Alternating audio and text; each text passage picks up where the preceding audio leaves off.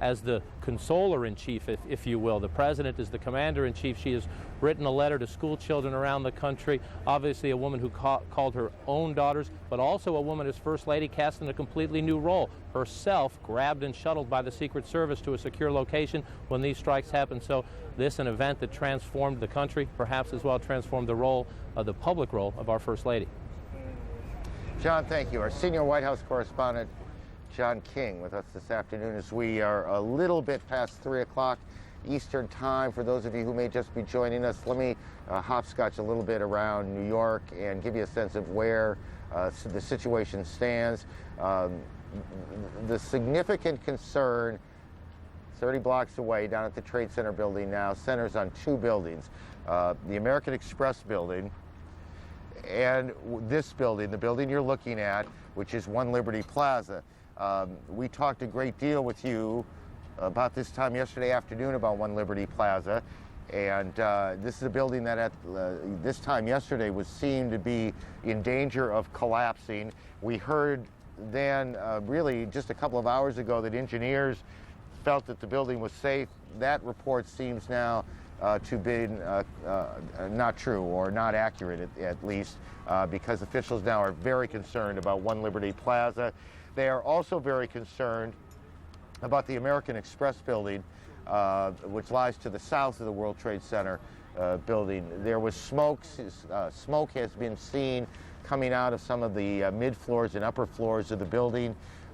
We had a report from one of our producers on the scene, quoting an official down there saying that the building is listing some, and so people who had been working in the building had been used on a normal business day. And how long ago does it seem that there was a normal business day? American Express, Lehman Brothers, others had offices there. In recent days, it's been used as a triage center, and as so many buildings down around the Trade Center have been, has also been used as a makeshift morgue. That building is in some danger as well. So officials have evacuated those buildings. They have moved people away from the area for their own safety. That is slowing down and complicating the search and recovery operation. On the search and recovery side of this, we, with some considerable joy, I will tell you, can report that 5 New York City firefighters were pulled out of an SUV that had been buried in the collapse of the Trade Center buildings. They came out to the cheers of the rescuers, and they are fine. 2.5 days later, they are fine. So that here in New York is where we are. We watch these buildings, and we hope for more good news out of the rescue site. Judy Woodruff joins us now in Washington. Judy, good afternoon. Good afternoon, Aaron. I have to say, all of us in Washington who, of course, been watching the coverage, celebrating even the lives of 5 people is something to celebrate, given the grim stories all the way around. And Aaron, I know you're watching very, very closely what's happening with those buildings in Lower Manhattan, and of course we'll come back to you as soon as there are more developments. But we want to bring you up to date now on the investigations which are proceeding apace. CNN's justice correspondent Kelly Arena has been reporting for us all day long on the progress that's been made. And Kelly, we know that now they're talking about 18 hijackers having been involved. Tell us what you've been able to learn about that. That's right, Judy. FBI Director Robert Mueller and the Attorney General John Ashcroft said that they have identified at least 18 hijackers. Now, this isn't a guess here. They say that they have names and information on 18. Justice is considering whether or not to release a list of names to the public. That decision has not yet been made. They did break down for us, though, how many hijackers were on each plane, and we can show you that. United Flight 175, which crashed into the World Trade Center, had 5 hijackers, as did American Flight 11, which crashed into the World Trade Center. Both of those had 5 on board. United Flight 93, which crashed in Pennsylvania, had 4 hijackers. And American Flight 77, which crashed into the Pentagon, also had 4 hijackers. Now, unless intelligence proves otherwise, 18 is the working number right now. It is not completely solid, though. Things are in flux very much right now. Attorney General John Ashcroft also saying that all of those hijackers, Judy, were ticketed passengers. Now, Kelly, presumably, clearly, the hijackers themselves are dead. So the focus is on the people who were working with them, right? That's right, on finding associates, and the FBI has fanned out across the country trying to link the threads together, trying to find family members or friends or associates that could take them back to identifying operating terrorist cells within the United States or outside the United States, to possibly get a handle on who may be offering financial backing, or to find if there's any link between these hijackers and a larger terrorist organization. The FBI has questioned many people. Some of those have been detained, Judy, and let me be clear on that point. No one has been arrested at all in direct connection with the terrorist attacks, but there have been some people detained because as the FBI tracks people down, they find out that they're in violation of immigration laws, for example, and so they're detained for that reason. There have been several who have been arrested because they were wanted on other state and local charges, but there has been some confusion out there with FBI having people in custody directly connected with this. That is not the case just yet. The FBI says it is pursuing thousands of leads at this point. So, Kelly, where does the investigation go from here? Do they simply just pursue these leads? You describe them as thousands, one by one by one, or do they have sort of an overarching sense of where they go from here?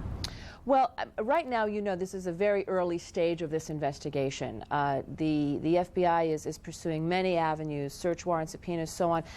First, we heard that they had 8,000 personnel working, 4,000 agents, 3,000 support staff, and then not to mention nearly 1,000 working in FBI labs. We are now told today that that number has increased. In fact, there are 20 overseas FBI offices that are now directly involved in this investigation. We did hear earlier from FBI Director Robert Mueller, who explained some of the investigative tactics that the FBI was using. Throughout the country, when we receive leads, we have followed those leads. We are interviewing any number of people across the country. The number of FBI officers that are involved in the investigation, directly involved in the investigation, has expanded, and they are interviewing witnesses. They are, where necessary, obtaining search warrants, obtaining grand jury subpoenas, and whatever is necessary to obtain the evidence to more particularly identify the particular hijackers and anyone associated with them. Now, Judy, what could provide even more help would be the black boxes. None of those have been retrieved yet, but today we did hear that the one that was most likely to be retrieved is the flight that did crash in Pennsylvania, because it is the only one that went directly into the ground rather than into a building, and investigators actually have access to that crime scene. Back to you. All right, Kelly Arena, who's been following this investigation for the last several days, ever since these incidents took place on Tuesday morning. And now we want to go to the White House, to our senior White House correspondent, John King, for an update on what President Bush has been doing today. John, we know the president today dealing both with his own emotions and also proclaiming that America will be victorious through all of this. That's right, Judy, we're seeing many sides of the president on this day, even just in the past several hours. And you may see cars pulling in the driveway behind me now, that part of the president's role as well. Members of the Virginia and New York delegations, obviously the two states most affected by this tragic terrorist strikes, now here at the White House to meet with the president and other administration officials on the ongoing relief, recovery, and rebuilding efforts, as well as to get an update on the status of the investigation. Now, the president will also meet later today with his national security team yet again. CNN told by senior administration sources that increasingly those conversations turning to potential, emphasis on potential, U.S. military responses to these strikes as the investigation, as Kelly Arena just updated us on, continues. And as part of that, a broad effort by the entire administration to build an international coalition of support. And as part of that, some interesting developments just in the past hour or so. We know Secretary of State Colin Powell spoke earlier today to the Pakistani President General Pervez Musharraf, Mr. Powell presenting a specific list, we are told, of what the United States wants in cooperation from the Pakistani government. Now, Pakistan is a neighbor of Afghanistan, the home of the suspected terrorist Osama bin Laden. Pakistan, one of the few governments that recognizes the Taliban as the government of Afghanistan. After that conversation, the State Department said it was a favorable conversation, and CNN just moments ago received a statement from President Musharraf, General Musharraf, saying, quote, Pakistan is committing all of its resources in an effort coordinated with the United States to locate and punish those involved in these horrific acts. Now, the Bush administration saying it wants to put that promise to the test, but that could be a significant development in the diplomatic effort here and in the investigation as well, as the U.S. government believes the Pakistani government has quite a bit of information about the operations of the bin Laden network. Now, the president discussed all this earlier today, a telephone call placed to the governor of New York and the New York City mayor to offer them more federal support in the ongoing relief effort up there. The president also then looking toward the investigation. He called this the first war of the 21st century, and Mr. Bush said, make no mistake about it, the United States would react with resolve. Now's the time for the country to be united, and you know, through the tears of sadness, I see an opportunity.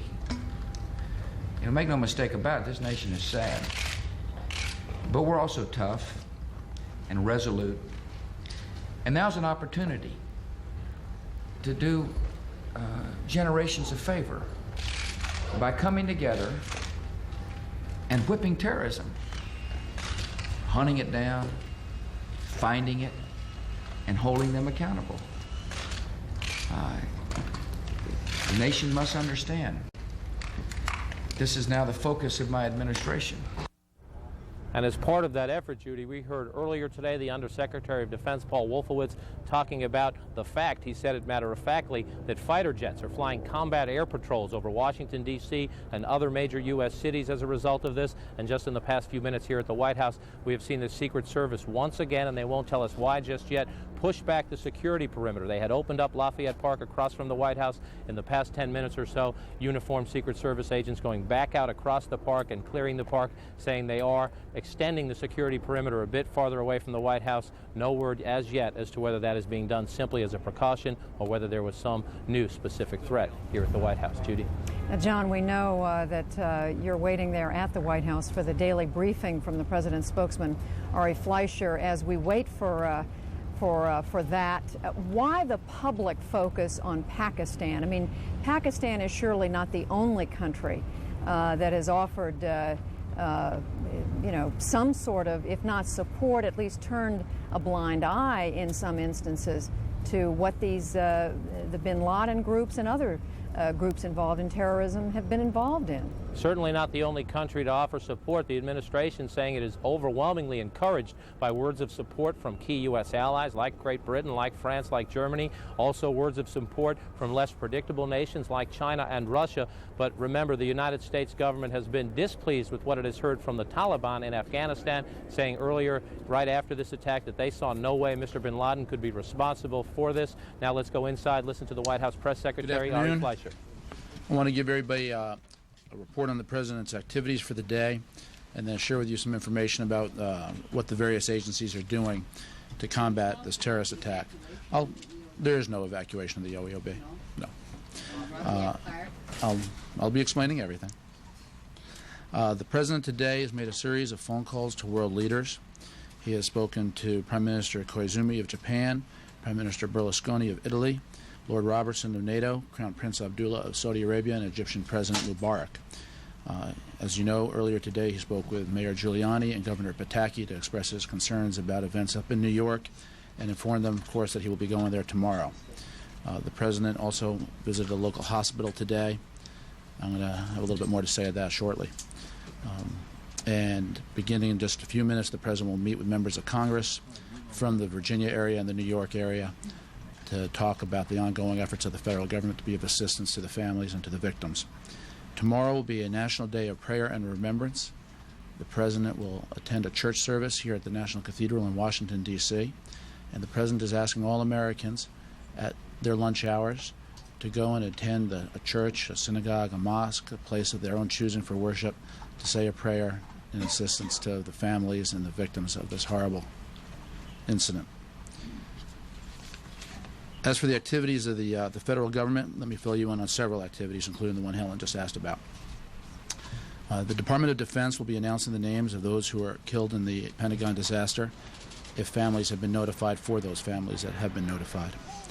The Department of Housing and Urban Development announced that they will direct all FHA-approved lenders to provide relief to families with FHA-insured mortgages affected by the recent attacks by providing additional mortgage flexibility and not to start or threaten foreclosure actions for at least 90 days.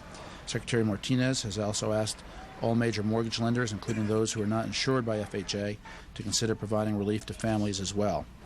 The Department of Treasury, in conjunction with the Department of Justice, has announced the deployment of agents from U.S. Marshal Service, U.S. Border Control, and U.S. Customs at designated airport security checkpoints throughout the country as part of the heightened security measures that have gone into effect. The Secret Service has expanded the security perimeter around the White House, this is what you have seen here, as a precautionary matter. All further questions that I'll refer to the Secret Service. The Department of Transportation, Secretary Mineta, has ordered that national airspace will be reopened to commercial and private aviation. They did so earlier this morning. Airports will reopen on a case-by-case basis only after implementing a more stringent level of security. The Department of Justice, in conjunction with the Department of Treasury, I indicated, has beefed up the security at the airports, and the President has directed Attorney General Ashcroft, and he announced it earlier today, to streamline the application, approval, and payment process for benefit claims of eligible survivors of firefighters, police officers, medical rescue personnel, and other public safety officers who died in the line of duty as a result of the act of terrorism in around our nation on September 11th, 2001. Secretary of Health and Human Services Tommy Thompson is in New York. He has announced that the Department of Health and Human Services will be working with the Federal Emergency Management Administration to provide coordinating counsel and service to victims, their families, and rescue workers. And the Director of the Environmental Protection Agency, Whitman, is also in New York today, and she'll be having a briefing at 5 o'clock. Finally, let me just say this. The President was very touched by his visit to the hospital today. At the hospital, he met with people who are in a burn unit now, who have survived. Some people are there as a result of the heroic actions they took in saving lives.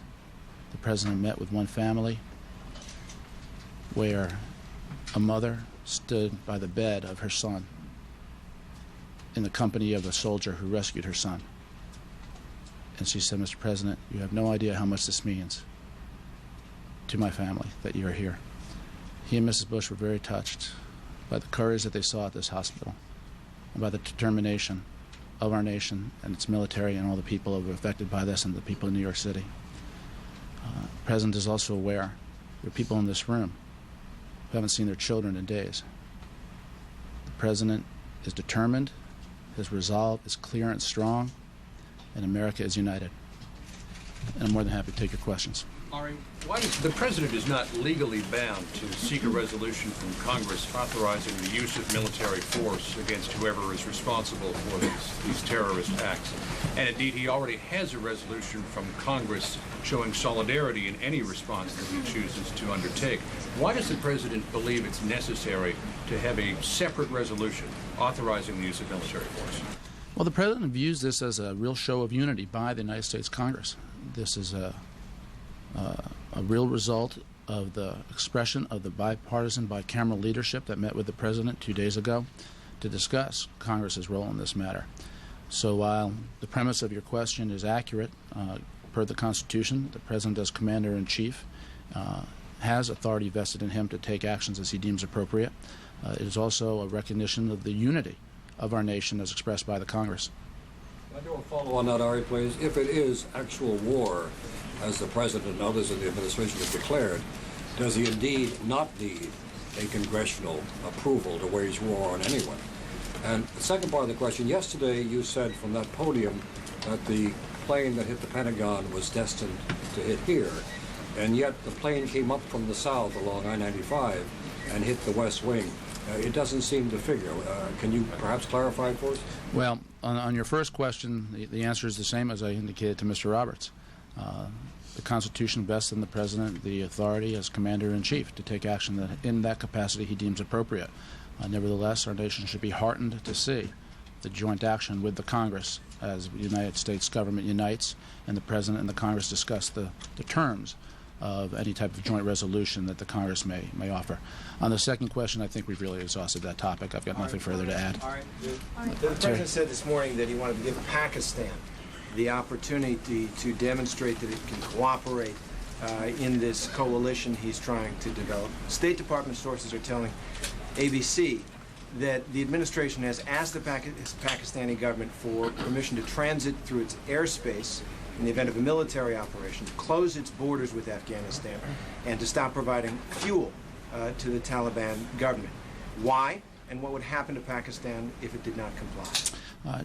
Terry, the President indicated that Pakistan has a chance to cooperate with the United States government, and the President is pleased to see that Pakistan may take this chance. Secretary Powell indicated earlier today that the United States government has friendly relations with Pakistan. I'm going to broaden your question and try to explain it to you in a broader context.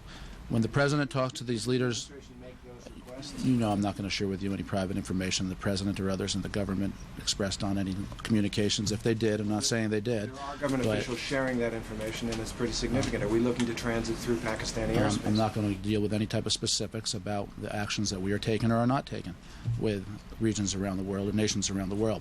But let me say this. As the President calls world leaders and as they join him in combating terrorism, the actions that the President is discussing with these leaders involve all forms of cooperation. It can be diplomatic cooperation. It can be military cooperation. It can be financial cooperation. It can be political cooperation. All of those are areas that are part of the coalition building that the President is discussing. Secretary Powell indicated earlier today that that is the purpose of all the phone calls. It can include any of those options. And the President seemed to put Pakistan on notice. What if they don't comply? He said, we'll see what they mean by their agreement to cooperate. What if they don't? Terry, I typically don't deal in hypotheticals. I certainly will not deal with them now. Ari, if I could follow Kelly? on that, though, in the sense, though, is the message that actions speak louder than words here, that the Pakistani government can say that it's pledging to stand united with the U.S. government, that it will do what it takes, but is it your sense or the White House sense that we want to see what the Pakistani government will do and that actions are more important than a statement? This is the beginning of a process that can be lengthy. And the cooperation around the world is going to take many forms with the government of the United States. And the President, as you've seen by his actions today and the phone calls that he's making, which incidentally he will continue to make, are aimed at the various specific areas I mentioned. And the President understands that this is a process. It will take some time, and he will proceed throughout that process with resolve. How significant, though, for the Pakistani government to come forward with such a statement? Was the U.S. putting some pressure on the Pakistani government? I'm going to let the State Department discuss that specific by specific, country by country. Suffice it to say the President, as a general matter, is very pleased with the conversations I've been having with leaders around the world. The world is uniting against terrorism, and the President sees this as a real opportunity for the world to do something that can save generations and protect generations from something that obviously has wreaked havoc on our nation and has killed thousands. Ari, could you tell us about what is happening in Lafayette Park, and could you also tell us whether the White House and Secret Service think that tourists and the American public are safe visiting the White House right now, and indeed are they safe visiting downtown Washington, D.C. and other parts of the city? Yes, they are safe visiting the White House. Yes, they are safe visiting Washington, D.C. Suffice to say, it is not business as usual, and that's one of the reasons why the Secret Service has expanded the perimeter around the White House. But it is not business as usual. The President said to the American people the other day that the government will take all appropriate precautions, and that's what you're saying. Ari, you opened the White House yesterday. I'm sorry, go ahead, Rebecca. Thank you. Is that a permanent expansion, and we'll be seeing further road closures in addition to Pennsylvania Avenue? What can you tell us about that? The Secret Service will have the most authoritative answer on that, but my understanding is it's not permanent. You reopened the White House yesterday to public tours and wanted to get that word out. How are you now rethinking that decision for some reason? Let me check on the public tours. I don't know what the status of that is. When Mr. Wolfowitz talked about putting an end to states that harbor terrorists, are you saying, did he mean to say that the U.S. policy is to wipe out governments that sponsor terrorists? Well, I can only say it in the President's words, and as the President said, the U.S. will use all our resources to conquer the enemy. And I think anybody who chooses to be America's enemy will have to think about what that means. I apologize. I need to clarify one thing. I apologize. Okay, and then we'll come back to it. Just to clarify, we have people telling our reporters that they have been evacuated from the White House. Is that inaccurate? No, there's no evacuation underway. If anybody in the OEOB is listening, there is no evacuation underway. These are the security precautions that I indicated for precisely the reasons I indicated. Is that Campbell? the Lafayette Park?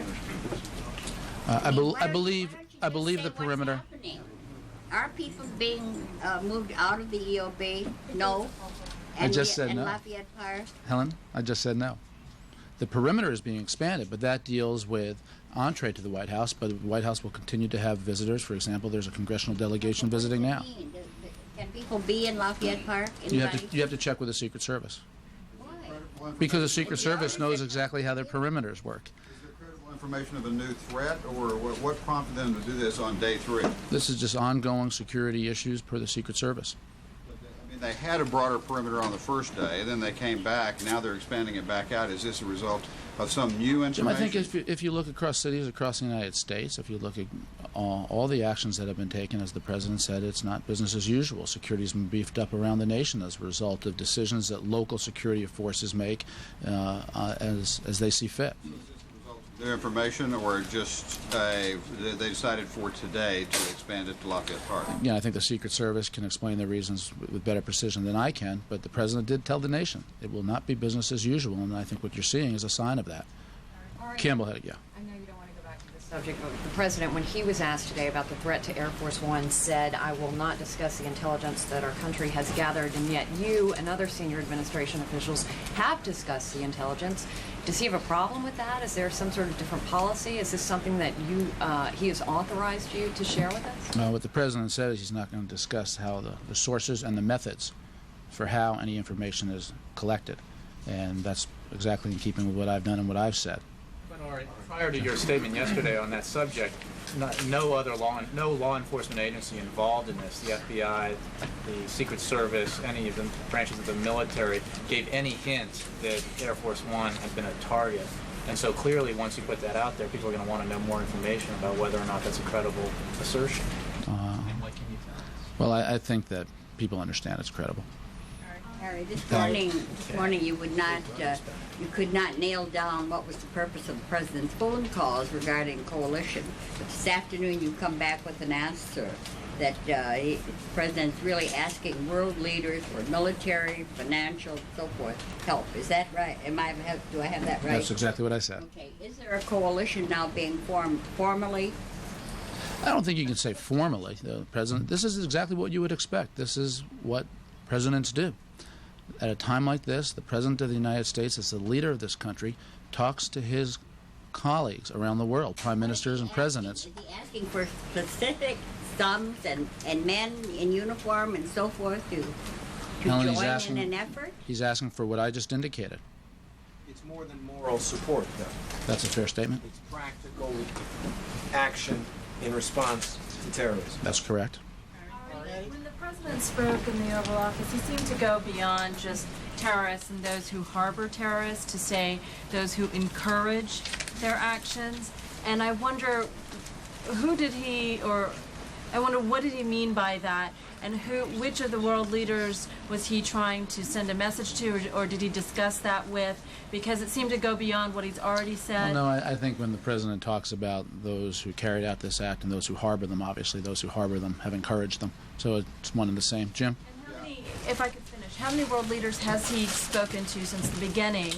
And can we get a list of all of those? Well, I've been announcing them day by day. I'd have to go back and just pull it, but that's publicly available. You've got it all. I mentioned yesterday he spoke to President Putin twice, President Jiang, Blair, Chrétien, I believe Chirac, Schroeder. So you can do the math. Okay, since I have your attention, just one last bit of that. Three questions. When do you think Washington will return to normal? And what is normal now that this has happened?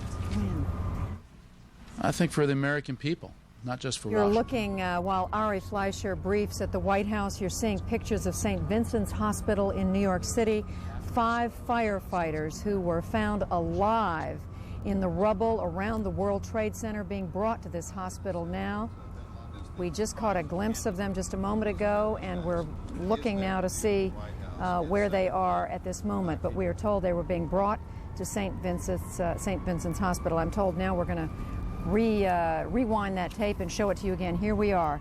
These are the 5 rescue workers, emergency workers, firefighters who were found alive. At least 3 of them were able to walk out of the SUV, the utility vehicle they were found in, buried under the rubble. This is one of those little miracles that gives everyone some hope in this terrible, terrible tragedy.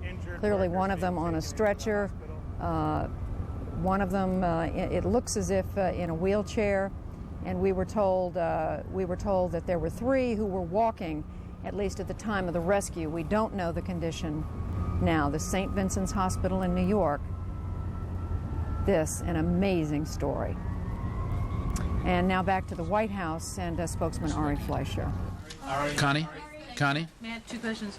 Do you have any special words for what the United Kingdom has done? The statements they made are very strong, and today they played the Star-Spangled Banner when they had the changing of the guard. Yeah, and I noticed today also the United States is not the only nation that mourns. The United Kingdom has lost the lives of many of their citizens. Other nations also had their citizens working in the World Trade Center.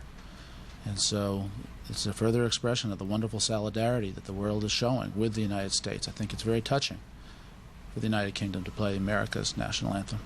One more question. Can there be war without a formal national enemy? Well, as the President has indicated, this is a different type of enemy in the 21st century. The President said this enemy is nameless. This enemy is faceless. This enemy has no specific borders. This enemy does not have airplanes sitting on tarmacs. It does not have ships that move from one port city to the next. It is a different kind of enemy. Having said that, the President also knows that our nation's military is capable of carrying out whatever mission is assigned to it to conquer any enemies. Keith? The answer to John's question is that the White House view that whatever action is taken and whatever the scale and duration of the action, that you need no further approval from Congress. You'd like something from Congress, but you don't need anything else from Congress. I'll say it for the 3rd time. The Constitution vests in the President, as Commander-in-Chief, the authority to take actions he deems necessary to protect and defend the United States. The President is also very encouraged as a result of working with Congress on this joint resolution, which is a real show of unity from the Congress, and the White House will work with Congress on that language. So that's a yes, right? That's a yes. You need no further approval. I think I've made it very clear. Go ahead. Gene, you haven't asked yet. Gene, go ahead. Yeah, just to follow on that note, the War Powers Act does call for approval of if troops are going to be put in harm's way. Gene, as with many previous administrations, there are questions about the constitutionality of some aspects of the War Powers Act, and this administration shares those questions. Yeah, but in most of those previous cases, we're looking at largely air assaults. But is it your position that that's not accurate. There have been some 125 military actions that took place in the United States, and I believe only 5 involved declarations of war. Secretary Powell, can you tell us anything about special security precautions tomorrow for the President's trip to New York? Are there going to be fighter jets on each wing of Air Force One, for example, like there were on Tuesday? Well, actually, I do not know the answer to that question, and if I did, I'm not sure I'd be able to share it in all cases. But suffice it to say, the President has full confidence in the Secret Service and those who protect him. Will he travel with the full contingent? Will he, the usual presidential motorcade that we see, this enormous beast that lands in a place and takes over a town, will he do that in New York? I think Terry will be a smaller, enormous beast. He's going to travel. You said that we wouldn't go to New York as long as his being there would create a hindrance to those trying to rescue workers, people cleaning up the debris.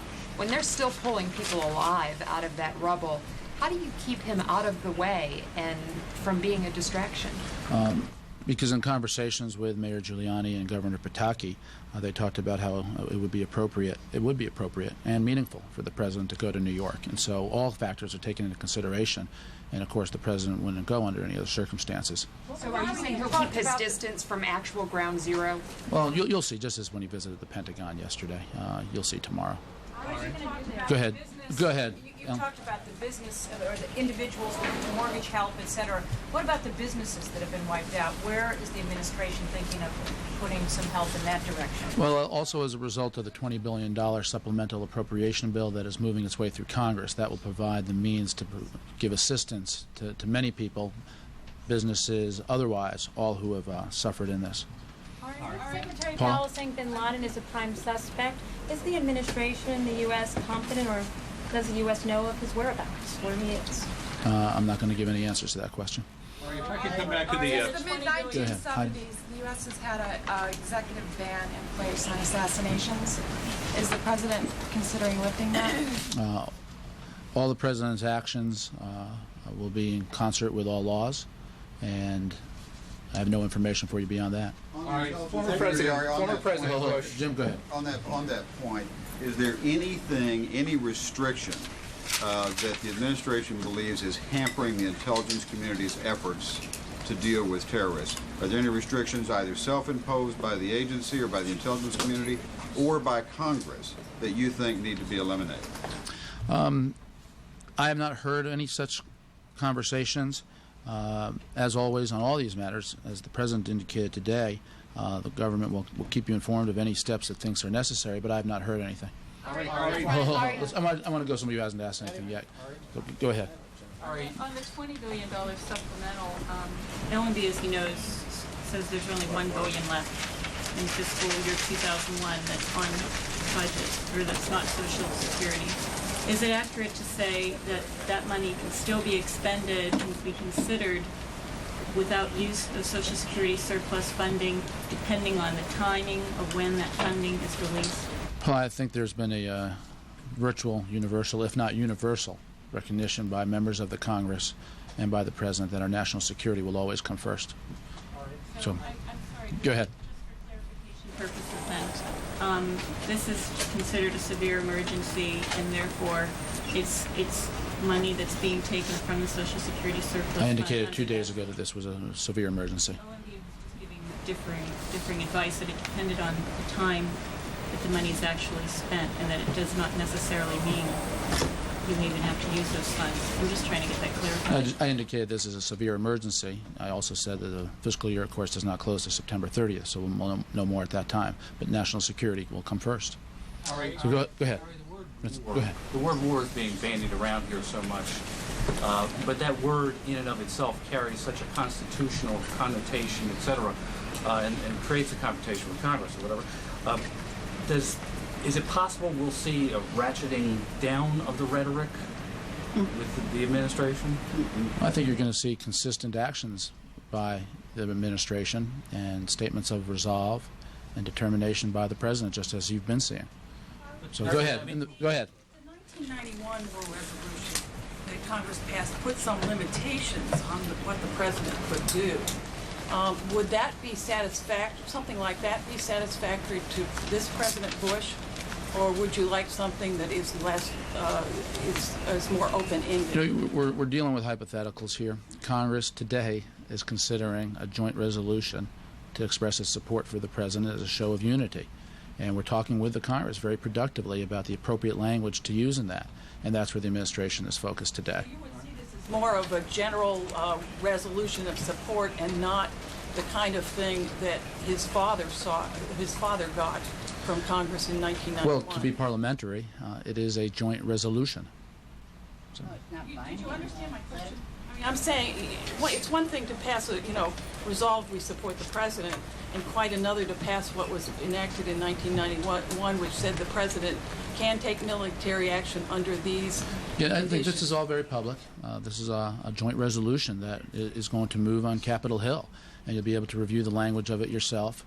And I think there are going to be some comparisons that may be apt to 1991, others that will not be. This is 2001, and this is different. Did the White House suggest language for this? Sure. We're working with Congress on the language.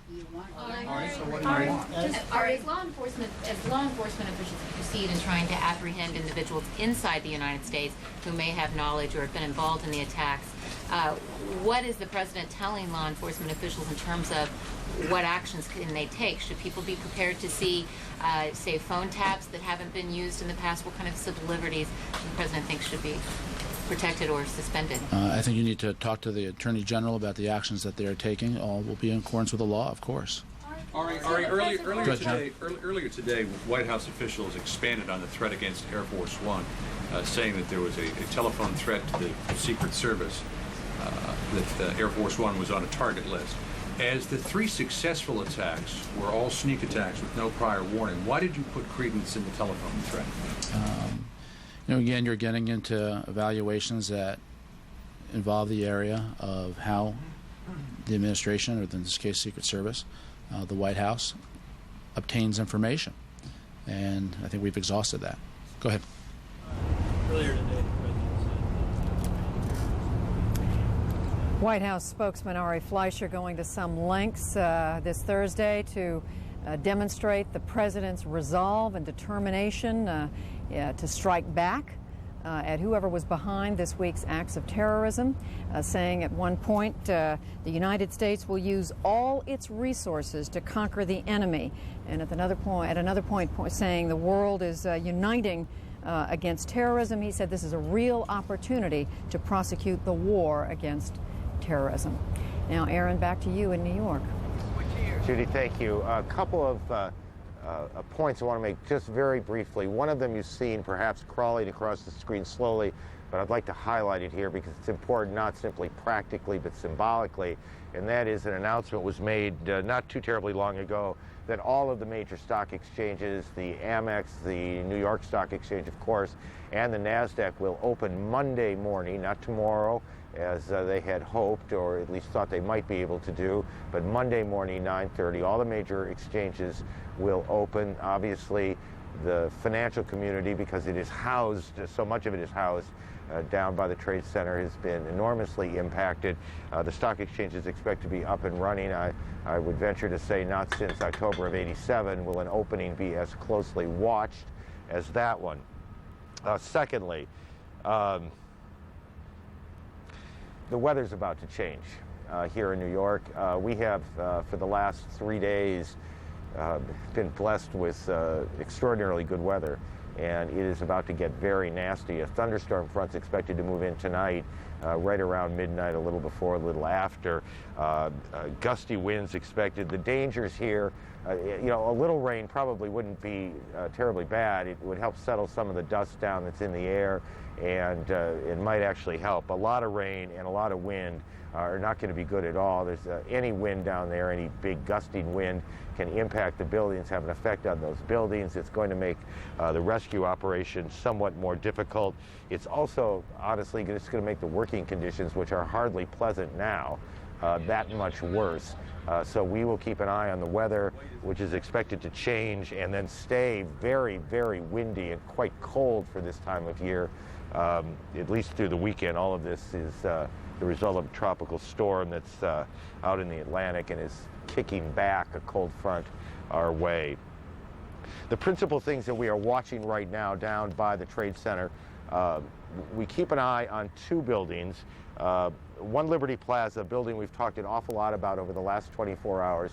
There is enormous concern now that this 60-story building, roughly, this 60-story building could be in danger of collapsing. One Liberty Plaza is to the east of the World Trade Center.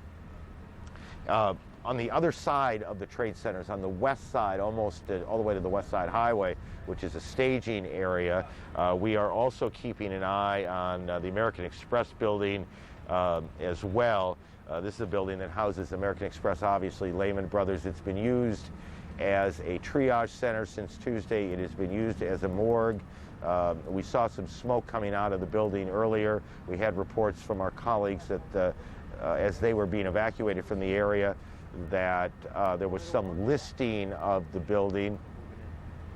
None of this suggests that these things are going to collapse, but obviously there is a concern that they might.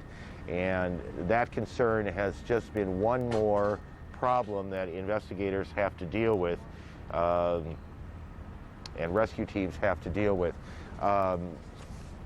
Let me go down to Martin Savage, who has a much closer view than I right now of both the search and rescue operation and the concern about these buildings. Martin, do you have an update for us? Well, a couple of points we can update you on. When you mentioned the weather, that has been a factor that's been of great concern for the rescuers here. Despite the effort to try to find survivors here, there's also been a very strong effort to take into account the deteriorating weather. They have been working to get the tremendous number of supplies and equipment that they had out in the open here under some sort of cover in anticipation of that. Regarding the buildings, the concern is still there. However, they have backed off of that evacuation order, or at least on the work site itself. What they did was, when they thought the threat may be imminent of collapse, they moved or repositioned the rescuers. They stressed that they did not bring it all to a halt, but simply moved them out of what they thought was immediate harm's way. And then the big news of the rescue story today, the discovery of a firefighting vehicle, a Chevy Suburban, actually buried under material, finally uncovered. That wasn't a surprise when they opened the door and 3 of 5 firefighters stepped out. Reportedly, 2 others had to be carried out, but the word is that there were 5 firefighters that were found alive after literally being entombed in the debris of the World Trade Center for 2 days. So those are the circumstances we continue to monitor here. It's a good news, bad news scenario, but of course it is played out against a very tragic backdrop. Aaron? Martin, we saw just a few moments ago, in fact, pictures of those firefighters being brought to St. Vincent. We saw one of the guys walking, had an ID bag. We assume there's a real dehydration issues, but to just simply see them alive means an enormous amount. I suspect it means an enormous amount more to Sharon Cole, who joins us. Sharon's boyfriend is a New York City firefighter, and he is missing. It's good of you to be here. I've done enough of these to know that in the last several days, and none of the questions I ask is easy, and none of the answers are either. Do the best you can. Tell me what the last 3 days have been like. Like hell. It's been quite hectic. We have a 6-year-old son, and he asks where's dad, and then actually don't know what to say to him. What can you possibly say? He must be terrified. Yes, he is. He believes that his dad is coming home, but what if he don't? I want you to tell me about your guy here. I can't see it as well as you can. Tell me his name. His name is Keith Roy Maynard. And how old is he? 30 years old. How long has he been a firefighter? Can y'all see this? There we go. How long has he been a firefighter? Almost 3 years now. I got you. I'm sorry. He's been almost 3 years. And there we go. Thank you guys very much. Tell me about him. What kind of guy is he? He's a very conscientious person. He has a good heart, honest, willing to do anything for anybody, you know. He's a good friend to have, you know. He's been so helpful to everyone. He would go to his last end to be there for anybody and do anything for anyone. And when did you last see him? Tuesday morning? Tuesday morning. And kiss you goodbye and walk out the door? The funniest thing, he wanted me to go and vote because I was going to school. Tuesday, for those of you who don't remember, Tuesday seems to all of us a long time ago. It must seem like a lifetime ago to you. Tuesday was election day in New York City, primary election for mayor and city offices, and he told you to go vote in it. Yep. And he had walked out the door like that 1,000 times. He was very happy when he left. He was singing, you know, being very happy. We had no idea what was going to happen. And in all these other times he walked out the door, were you afraid? Never. You never At thought first, about the risks of what he did? At first. Yeah. But I got some good advice from my mom and his mom. You know, he has a passion for it, and the most we can do is just, you know, leave it in God's hand. When you heard of the rescue today, did your heart jump? Yes. I thought he would have been one of the 5. And I know if he was one of the 5 that walked out, I mean, the first thing he would have done was call home to let us know that, you know, he's alive. Are you getting all the help you need? Are you getting the fire department? I think it's probably true in every city. It's certainly true in this city. Is an extraordinary brotherhood. It is. And they take care of their own in a very rich and wonderful way. Are you getting the support you need? Yes. And the city keeping you abreast of what's going on? Yes, they do. They keep the family abreast. And is there anything any of us, anyone here can do that could be helpful other than just to keep you in our thoughts? Keep us in our thoughts. There are, like Mr. Maynard, a couple of hundred firefighters lost there. Every one of them, we suspect, has a Sharon or a someone in their lives, and they're certainly in our thoughts today. And his mom is right word. Thanks for coming in. I know how hard. Well, that's ridiculous. I don't know how hard this is. I can only imagine how hard this is. And I appreciate a great deal that you come in and talk to us, and it helps, I think, all of us understand that while buildings can be rebuilt, ultimately this is about people and their lives and what's changed. Yeah. Thank you. Sharon Cole, how many Sharons are out there? Around the country. Okay, I need a second, we're okay. Around the country, Americans look at the people like Sharon, look at what's happened in this city, try and make sense of it all. We are, I suspect, as a country a bit closer in many ways over the last several days than we've been before. Jeff Flock is in Wisconsin today. He has been talking to people in the center of the country, the middle of the country, and he joins us now. Jeff? Aaron, we are indeed trekking across America this week, trying to get a sense for what folks are feeling away from the disaster. We're in Port Washington, Wisconsin. This is the home of Allen Edmonds. Perhaps you've heard of them. They make shoes, the largest domestic manufacturer of shoes, and we're talking to people on the production line today, and I just want to get a sense for where your head is today, Rachel, 3 days hence.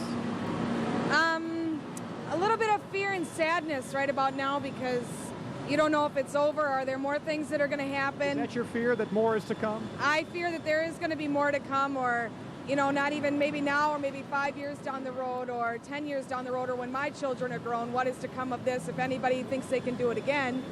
And sadness for all the families and friends of all the victims in New York and, you know, at the Pentagon and things like that, that they have to go through such a tragedy for something senseless. I hear you. I want to move on. A lot of people were telling us today that up till now it's been shock, but now we're almost getting to the point of anger.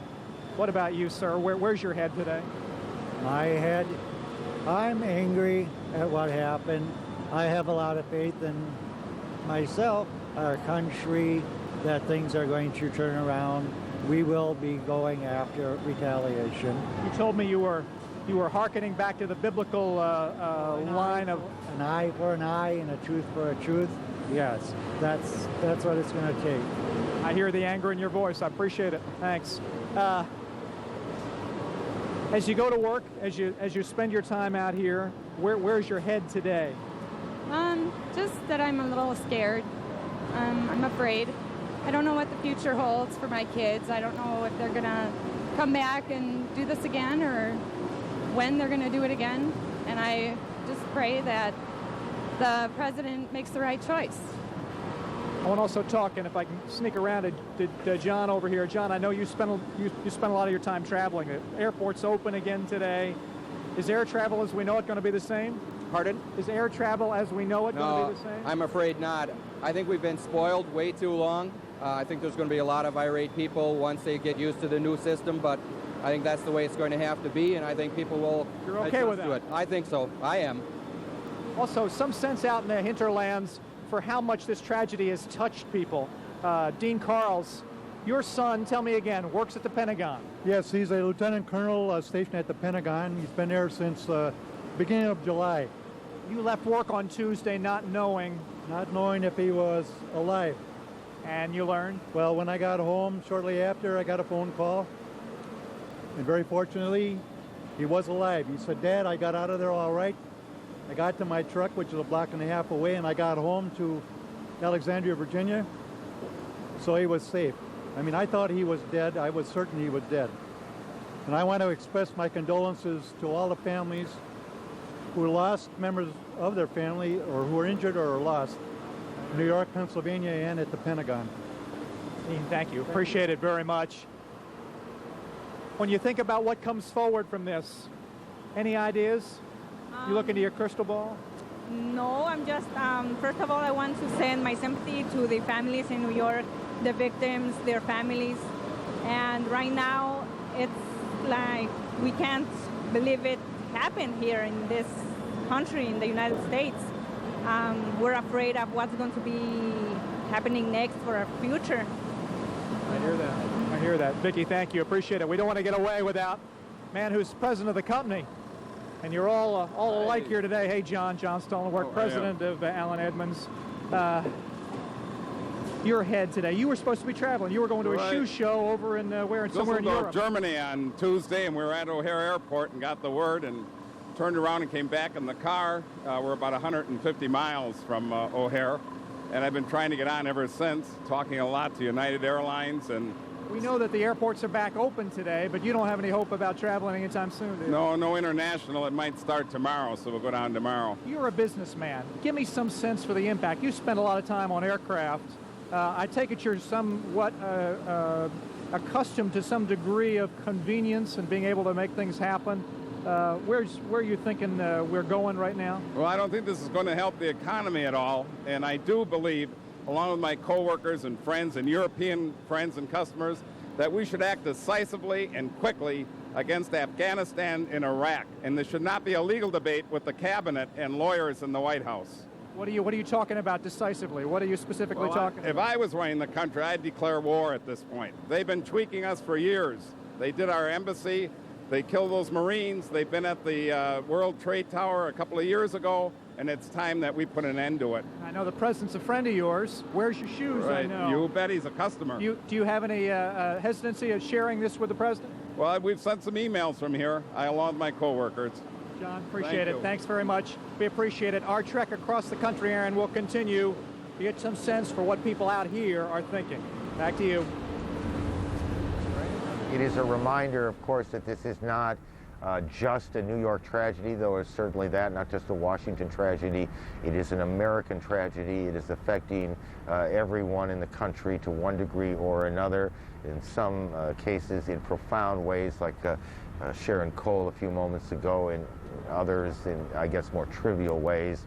Major League Baseball has announced that it will cancel its games through the weekend, and the National Football League, which some of you may remember in 1963, after President Kennedy was assassinated in November of '63, went ahead and played its football games on that Sunday, has announced that by the way, Pete Rozelle, the guy who made the decision, said it was the worst decision he ever made, has decided the NFL will not play this weekend. Those games will be canceled, and they'll figure out how to deal with all of that. Judy? Aaron, you're so right that this is a national story, because every one of those 3,000 or 4,000 people in the World Trade Center and in that area had family members presumably all over the country, and the same thing here at the Pentagon. The numbers are smaller, but every one of them family all over the United States. We did hear the manager at that shoe factory in Wisconsin telling Jeff Flock, it's time to go to war, it's time to declare war and do something. And our Jonathan Karl, congressional correspondent at the Capitol. Jonathan, members of Congress are talking. They're talking about a resolution of unity, of support, and so forth. But they're looking beyond that, aren't they? Yeah, absolutely. As a matter of fact, you do hear many senior members of the Congress sounding very much like that manager, wanting a formal declaration of war. That unlikely to happen anytime soon. But right now, as we speak, Judy, there are top members of Congress from both parties, both houses, working on a declaration authorizing the president to use force. I have been read working draft of that resolution. I can tell you that it contains basically two provisions that authorize the president to use force. I'd like to read you both of those sections. One authorizes the president to use, quote, all necessary and appropriate force against all who planned, authorized, committed, and aided these acts of terror. But then it contains something that's very controversial. It's subsection B of this legislation. Again, this is just a working draft that is being banged out between the White House and members of Congress. That subsection B authorizes the use of force, quote, to deter and prevent future acts of terrorism. Now, many members up here are concerned that that is too much of a blank check, giving the White House authority to take military actions against activities that haven't even happened yet. That's why these negotiations are ongoing. Members of Congress hope that they can get something on the floor of both the House and Senate tomorrow, providing this resolution authorizing the use of force. But there is a question of prerogative, of what is the authority of Congress, what is the authority of the White House. One person involved in these negotiations told me this is not a Democrat versus Republican issue, but this is really a question of the authority between the executive branch of government and the legislative branch. Of course, it is Congress that has the power to declare war. They don't want to cede that power over to the White House. Meanwhile, a couple other things to bring you up to speed on up here on Capitol Hill, Judy. One is that the top members of Congress, the leadership, including the Speaker of the House, the ranking Democrats, and also the Senate leader, Tom Daschle and Trent Lott, have gone to the Pentagon to review the damage firsthand at the Pentagon and to get a briefing on the situation there. And of course, also Congress working, speeding ahead towards a bill that would give money to aid in these relief efforts. Right now, that number at $20 billion. They're hoping to finalize that. But the $20 billion figure, we are told by people on both sides up here, and you've heard it from the Pentagon, is simply a down payment. They believe that's just a first step, that the actual costs of going through this repair, of rebuilding, of working on steps to ensure this doesn't happen again will be much more than $20 billion. But Congress is working very quickly on that. That may be voted on tonight or tomorrow. And John, just to be clear, that $20 billion would not include any beefing up of security, any stepping up of our military to take whatever steps the president and military leadership decide to take. Yeah, that $20 billion is really a question of getting this mess cleaned up, of getting the aid to New York, of getting the money needed to rebuild the Pentagon. But of course, you get to the other questions of security, of beefing up military force. That's a whole nother question. And again, that's why the Pentagon and members up here are saying the $20 billion figure is just the tip of the iceberg. This could end up costing much, much more. And John, we heard at the White House when one of the reporters, or several of them, asked White House spokesman Ari Fleischer about concern that this additional money might cause the budget, in the budget fight that we've seen, the spending to dip into the so-called Social Security, Medicare trust funds. Ari Fleischer, unflinching in his answer, he said national security is going to come first. Oh, absolutely, and that is, you would not find Democrats up here, any of the Democratic leaders at least, that would disagree with that. This is, again, either a national emergency or maybe even an act of war that we're looking at here, a time of war. Members of Congress, that whole debate that seemed so big, Judy, just a few days ago about whether or not we dip into the Social Security surplus, that debate pretty much gone. It's been overwhelmed by events. And Jonathan, again, just to stress that you're not seeing partisan divides over this. I mean, is there any sort of outline, though, Jonathan, to the disagreement you're seeing over the language in that declaration on the use of force? Well, we have some sound, I think, that we can play so you can hear directly from congressional leaders what they're saying about this. The first one I want to play for you, if we do have it on ready, is from Congressman Dick Gephardt, the top Democrat in the House of Representatives. Here's what he said specifically about that legislation. That the president has powers in present law to deal with what's in front of us. If the president wants and seeks additional authority or a restatement of present authority that's appropriate, we are quite willing to do that. We want to give him the tools that he needs and his administration needs to deal with this problem. So there you have from the top Democrat in the House of Representatives saying that he will do whatever necessary to give the president the authority to respond to these acts. But there are concerns, and just shortly after Dick Gephardt came out and said that, we heard in a joint press conference between Trent Lott and Tom Daschle, by the way, a press conference that followed an extraordinary lunch. All 100 members of the United States Senate sat down for lunch together today to talk about these issues, to talk about the money issue and about this resolution authorizing the use of force.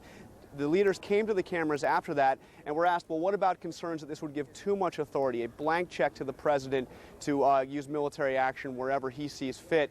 And Trent Lott said that there were some concerns among members about the division of authority between the White House and the legislative branch of government. And then Tom Daschle had this to say.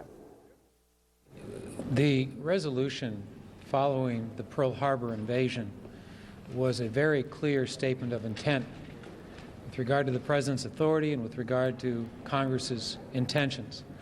That is exactly our hope, to provide a clear statement of authority. And actually, Tom Daschle went on to remind everybody that Congress is a co-equal branch of government, and there was concern among members, bipartisan concern, of not ceding that authority, all that authority regarding making war, to the White House. But as you can see, that really this is not a question of partisan disagreements up here, at least not right now, Judy. All right, Jonathan Karl, the Capitol, and I would just quickly reiterate a moment ago at the White House, Ari Fleischer saying out of 125 military actions undertaken by the United States, he said only 5 of them involve formal declarations of war. Aaron, back to you in New York. Judy, thank you. We need to sort something out here. We have told you for the last many hours about this dramatic rescue of 5 firefighters who were found in an SUV. They were largely in good shape, we were told. And then a short time ago, we saw some pictures at St. Vincent Hospital in Lower Manhattan of firefighters, obviously who had been injured and who were being brought to the hospital, and our people on the ground put 2 and 2 together. And in this case, it didn't quite add up. Brian Palmer's down at the scene, and he can unsort this for us. Brian, I gather the guys we saw being brought in were not the 5, correct? Exactly, Aaron. I just wanted to straighten out exactly who we saw. We've seen a bit of video before. There are actually, that was not the 5 firefighters rescued in the SUV. I repeat, not the 5 firefighters rescued from the SUV buried in rubble after spending 2 days in that vehicle. What we saw was basically a mix of 2 things: regular 911 calls here at St. Vincent's, and also other rescue workers, fire department officials, Port Authority, police, and construction workers who were injured today on site. Aaron? Brian, thank you. We saw a report a little bit ago, actually, on that people have been getting fragments in their eyes, fiberglass in their eyes and the like. It's dangerous work down there, and people are getting hurt, and that's what we saw. And we straighten it out as soon as we figure it out. Our new colleague and old friend Lou Dobbs joins us. You've been dealing with the financial markets today. They're going to open on Monday, a little later than they hoped. Is the technology in place to open? The technology is in place right now, Aaron, to open. The fact is that the physical destruction down there is such, and the building's still in such bad shape, the needs for power and telecommunications, they're still not at 100% certain. They're giving themselves, principally Con Edison and Verizon, the telecom that is providing all of the data and voice communication down there, giving themselves an extra 3 days to get it right. And are they going to use this? I gather they're going to use this time to test out systems and make sure they work. Absolutely. I mean, you've been reporting on this now for 3 days. The devastation is remarkable. The fact that they could bring these markets back this quickly is nothing less than a superhuman achievement.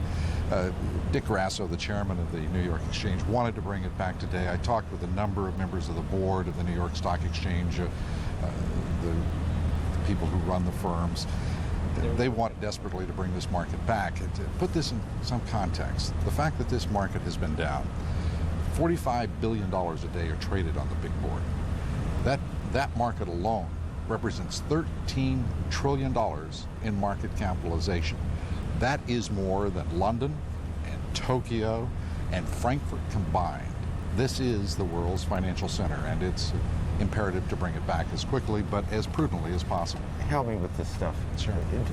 The symbolism of the market I get. And I really understand here that symbolically it's enormously important to say that this center of American capitalism, Wall Street, is functioning. We are, as a nation, okay. As a practical economic matter, how much does it matter? A great deal. It is, much has been talked about symbolically here, but the fact is that that corridor down there, much of it below 14th Street and much of it has been devastated over the past few days, represents the fuel that keeps a democratic capitalistic society moving. And it is, it touches you through your 401k, all of your investments, those for your children, and for tens and tens of millions of other Americans. In fact, it reaches around the world.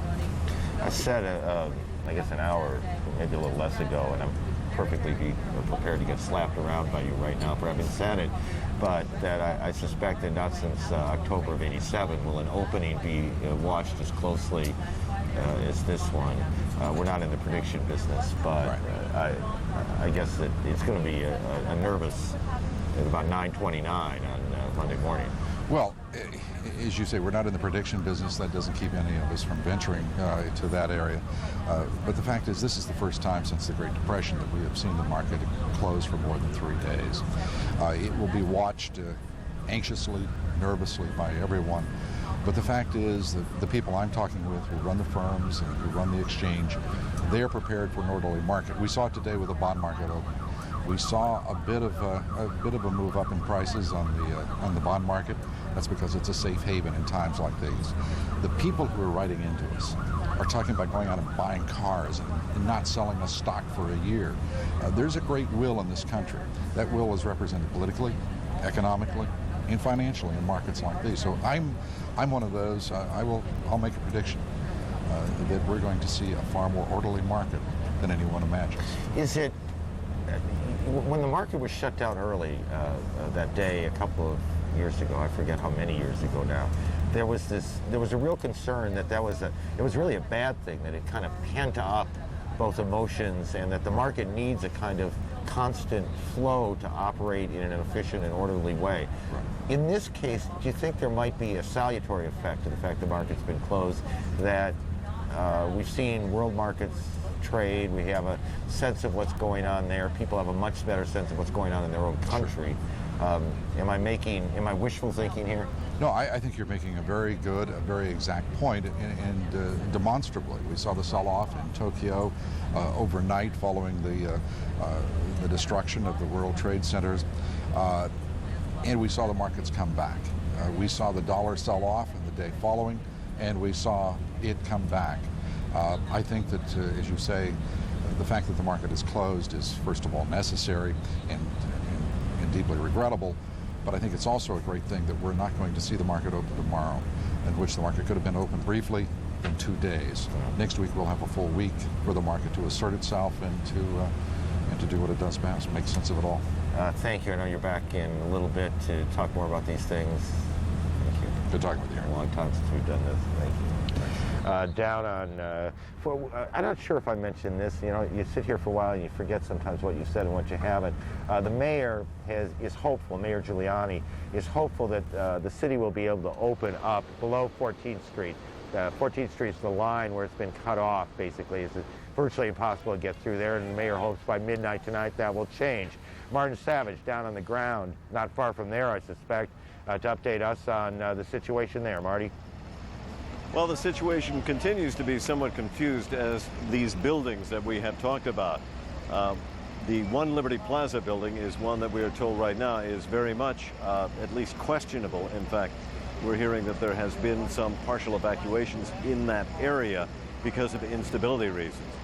There was a time earlier today they were saying, at least according to people who had claimed they'd gone in and looked at that building, it was structurally sound. Something has happened in the meantime where someone was incorrect, because now they are concerned about that building. There is another one as well that they are worried about. But the work at trying to get survivors is the primary function here, and that is continuing at this time. One of the things we have noted is that there has not been a significant flow of equipment and trucks, mainly down the West Side Highway here, which is one of the main arteries that feeds into the site of where the Twin Towers collapsed. That may be an indication, but also, too, there are literally thousands of people that have been working. It may be that the site is up to capacity. One thing they are also concerned about, weather. We've talked about it before. It's expected to change abruptly after midnight tonight. They've enjoyed good weather for the searches that they have had to do, but it will begin to rain, could rain quite heavily, and the winds are expected to pick up. That is not good news at all, not good for the search effort, not good for all the equipment that is out in the open and that they are now trying to find some sort of shelter for. And then there is the good news, the recovery of 5 firefighters that apparently, we are told, had been entombed inside of their vehicle, which in this case was a Chevy Suburban. For 2 days they were trapped inside there until it was dug out this afternoon. And when the rescuers opened the doors, police tell us that 3 of those firefighters were able to make it out on their own. The chant that went up from the rescuers, USA, USA. It is one brief, bright moment in what otherwise has been a very gloomy picture for those working here at the site of the World Trade Center disaster. Aaron? Martin, somebody who was in the area at the time, said when these guys came out, everyone went crazy. And you knew exactly what he meant when he said it. It is good news. It's been tough to find down there. It has been a very difficult situation to work in. There have been very few successes. And so while 5 may not seem like a great number and put against the number of people who down there who are still missing, it is not. But it is 5 people who are alive today that this morning we didn't know about, and that is terrific news indeed. Judy? Aaron, it is. I'm sitting here thinking about the families of those 5 who probably had given up hope, had every reason to have given up hope, and now a miracle. At the Pentagon, our Bob Franken, who's been stationed there for the last 3 days, has picked up some information about the black box on that United airplane that went into the Pentagon on Tuesday morning. The American Airlines plane, Judy, the 757. Of course, always one of the most important things is to try and find that so-called black box. As we know, it's not black box at all. That has been a particularly hard search, but one of the leaders of the search and rescue unit from Arlington County, Virginia, which is the primary police force out here, Captain W. Scott McKay, who attends daily briefings of the people who give complete official situation reports, has told CNN that, in fact, there has been some clues about where the black box is. We got word that there was some indication that they picked up some signals from the transponder that identifies where the black box is or gives them a starting point to look for it. We haven't actually located the black box. We've gotten it narrowed down, I believe, is what they said. So we're anticipating we're going to find it, but we haven't actually found it. When did they first hear it? I understand that they first picked up a signal last night. And again today? And again today. Who told you this?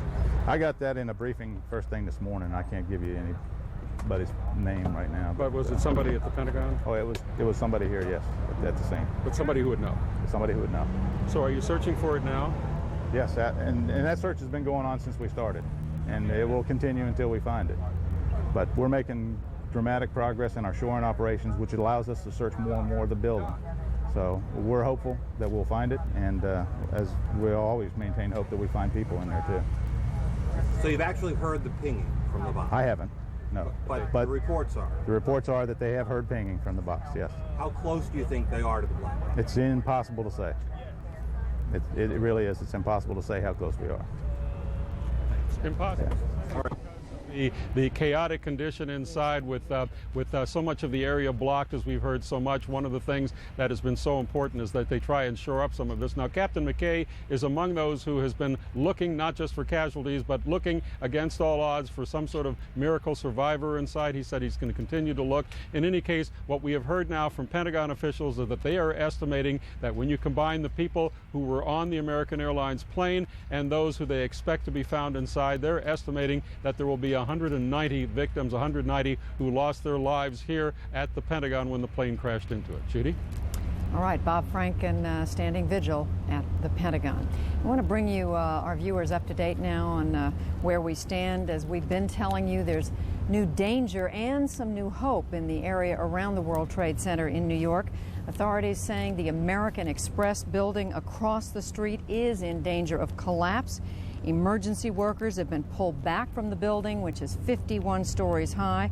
It was being used as a morgue and a headquarters for triage.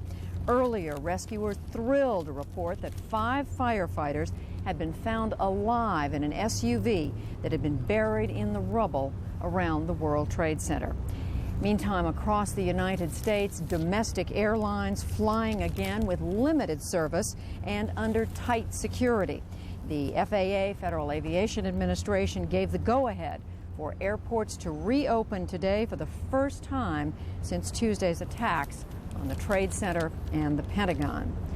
And meantime, in the investigation of the attack, the Justice Department now says that at least 18 hijackers were aboard the 4 planes that were involved in the strike on Tuesday morning. CNN's Justice correspondent Kelly Arena joining us now. Kelly, bring us up to date on what the investigators are focusing on. Well, Judy, as you said, they have identified 18. This isn't a guesstimate. They do have 18 solid names, information on those people that are believed to be the hijackers. They say there were 5 on 2 planes, 4 on the other 2 planes. It is being deliberated right now as to whether or not they will release those names to the public. If they do, of course, we'll get that to you as quickly as possible. Much of the investigation has focused on aviation schools here in the United States. We are told by justice officials that many of the people that they're looking at, and including several of these 18 identified, were indeed pilots. They had pilot's licenses and they had trained here in the United States. So investigators are really focusing their efforts there to find out not only where those people lived, but their associates. And that really is the key here, Judy. I mean, obviously these 18 are dead, so the key is finding the associates, family, friends, anybody who can lead them to pulling all the pieces together to really figuring out exactly what this organization was, if it was indeed an organization of terrorists, and where they got their financial backing, where their terrorist cells may have been located, how many of those cells there may be that are active and possibly plotting anything more here in the United States. And Judy, I will tell you, the FBI has upped this investigation, which already is the most massive in U.S. history. Yesterday we were told that more than 8,000 FBI personnel were involved. That number has yet increased, and we are told now that 20 offices overseas are directly involved in this investigation. They have also added, obviously, reinforcements from all of the departments of justice. You have INS, you have Customs, you have the DEA and the ATF, everybody adding to this massive man force to find out exactly what happened. Following up on what Bob Franken said, none of the black boxes have been found, and that is something that Justice remains hopeful about, because that could provide a great deal of information moving forward. We are told that while you are hearing signals from the black box at the Pentagon, it is also very likely that they'll be able to recover the black box from the plane that crashed in Pennsylvania, since that seems to be, for lack of a better word, the cleanest crime scene that they can deal with. They can really get at the equipment and really go for finding that box. So it is most likely that they may turn that one up first, Judy. All right, Kelly Arena, our justice correspondent. Kelly talking to justice officials, talking to intelligence officials over these last 3 days. And now we want to skip across town to the State Department, to our correspondent there, Andrea Koppel. Secretary of State Powell today, Andrea, identifying Osama bin Laden as a prime suspect in this, stepping up the language out of the State Department to some extent. That's absolutely right, Judy. Secretary Powell really becoming the first Bush administration official to publicly single out bin Laden's organization as a prime suspect. In point of fact, the diplomatic message that's being delivered by the folks in this building here at the State Department to countries around the world is uncharacteristically blunt. It really is, are you with us or are you against us? And the one country that's really getting that message hammered home right now is Pakistan. And that's because Pakistan is not only a neighbor of Afghanistan, but it's also a supporter of the Taliban militia, the government in Afghanistan, which the U.S. believes is harboring Osama bin Laden, the man who runs the network known as Al-Qaeda. And as you just alluded to a moment ago, Secretary Powell, for the first time in the last couple of days now, becoming the first administration official to single out bin Laden's organization as a prime suspect in Tuesday's attacks. We're looking at those terrorist organizations who have the kind of capacity that would have been necessary to conduct the attack that we saw on the 11th. We haven't yet publicly identified the organization we believe was responsible. They may not have identified the organization, at least publicly so, Judy, but they are getting very close. They say that one of the countries that is responsible for at least supporting bin Laden's network is Pakistan, and that's why they're focusing on the region, on South Asia, and on putting a lot of diplomatic pressure on Pakistan. Just a short time ago, Secretary Powell himself spoke with Pakistan's leader, General Pervez Musharraf. Earlier in the day, Powell's deputy, Richard Armitage, had the the Pakistani ambassador to the United States here to the State Department to deliver a specific list of actions that the United States is telling Pakistan it must take if it is going to be on the right side of things. As everybody knows, the U.S. doesn't have a tremendous amount of leverage with Pakistan. There are a lot of economic sanctions that are already in place, but we're being told, Judy, that the message that's being delivered to Pakistan is that the U.S. could help Pakistan if Pakistan helps the United States by telling the United States where it believes bin Laden is in Afghanistan, where those terrorist training camps are, providing intelligence, things that Pakistan can do as a neighbor of Afghanistan. There are other things that are on this very detailed list, some of which could include things like getting overflight permission from Pakistan for U.S. planes to fly in Pakistani airspace if that should become necessary, or perhaps to provide grounding sites in Pakistan should U.S. troops be needed to go in there if military action against Pakistan is needed. So 2 days into this investigation, into this worldwide investigation, Judy, it appears the United States is really beginning to tighten the noose diplomatically around various countries, but most particular around Pakistan. All right, Andrea Koppel at the State Department. It will be very interesting to see how the Pakistanis respond. Now to Aaron in New York. Judy, thank you. The diplomatic wheels turn. I thought it was interesting when Andrea said unusually blunt language. The language of diplomacy is this language of nuance, and so when someone speaks directly, your ears do perk up.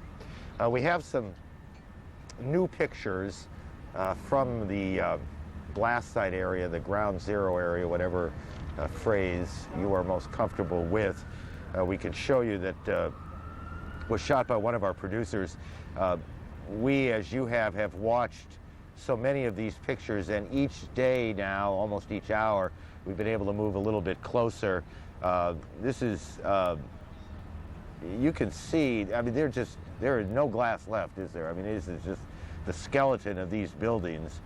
And I can't honestly tell you how close to the Trade Center these buildings you're looking at are.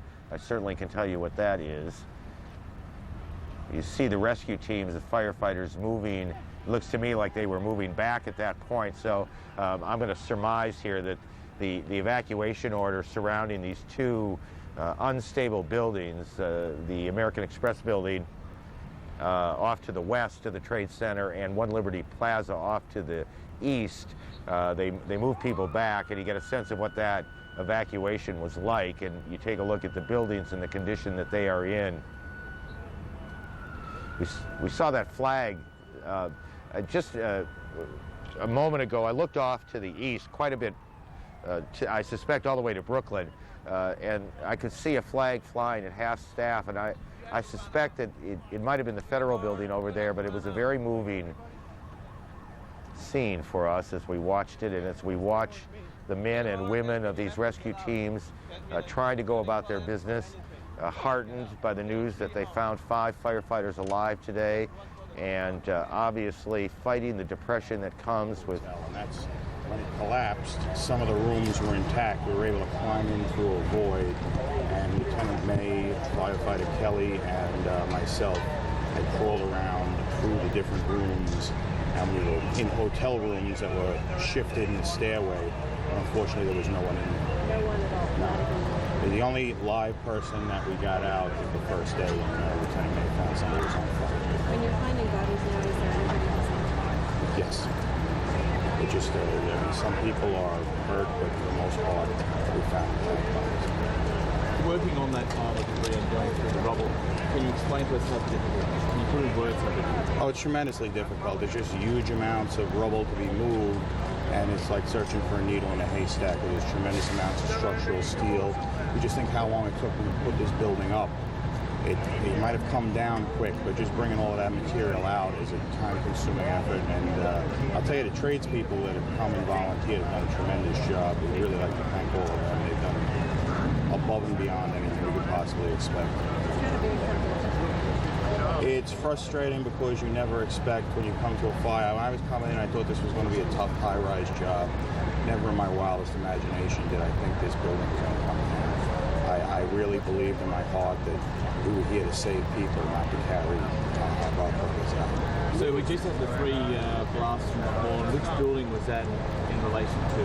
I believe it was the hotel across the street, but I'm not positive. Can you explain just a little bit from a firefighter's perspective what your mission is when those initial crashes happen? Your mission is to go up inside. If most people can't understand. Well, yeah, we have to go in. There were people jumping, unfortunately, and we have to go in and remove the people as best we can. We risk our lives to save the lives of other people. I never would have imagined a structure of the World Trade Center has been, most of my life, the World Trade Center has been there, and I just could never imagine that coming down. We thought we were going in to save people. We never thought that. I mean, naturally, there's always a risk in our job, but we never in our lives thought that 2 towers of the World Trade Center would come down. They mentioned before that the space is so confined and so small, you cannot put huge amounts of manpower into that. Obviously, full resources of the fire department around the nation, around the country can't just get in there. Is that one of the difficulties? Well, I think you have a tremendous number of people that want to work, and you have to have, you know, there's only a few people that can actually work in the confined space, and then other people have to, you know, there are many jobs that have to be done. Not all of them are crawling into the spaces, and all of it is vitally important. And again, I'd like to thank the steel workers and all of the trades that have come here and volunteered tremendous amounts of their time, because without them we couldn't do this job. But obviously there's a great number of people who just want to get in there and start moving rubble, and it's not physically possible. I'll tell you the truth, everybody comes here with enthusiasm, but everybody's willing to do whatever needs to be done to accomplish our mission. Where is the main level of power? Can you orient us? It's hard to say. They're approaching it. It's a 4-sided approach at this point because there's so much rubble. And, you know, everybody's working as hard as they can, and we just want to get our guys out.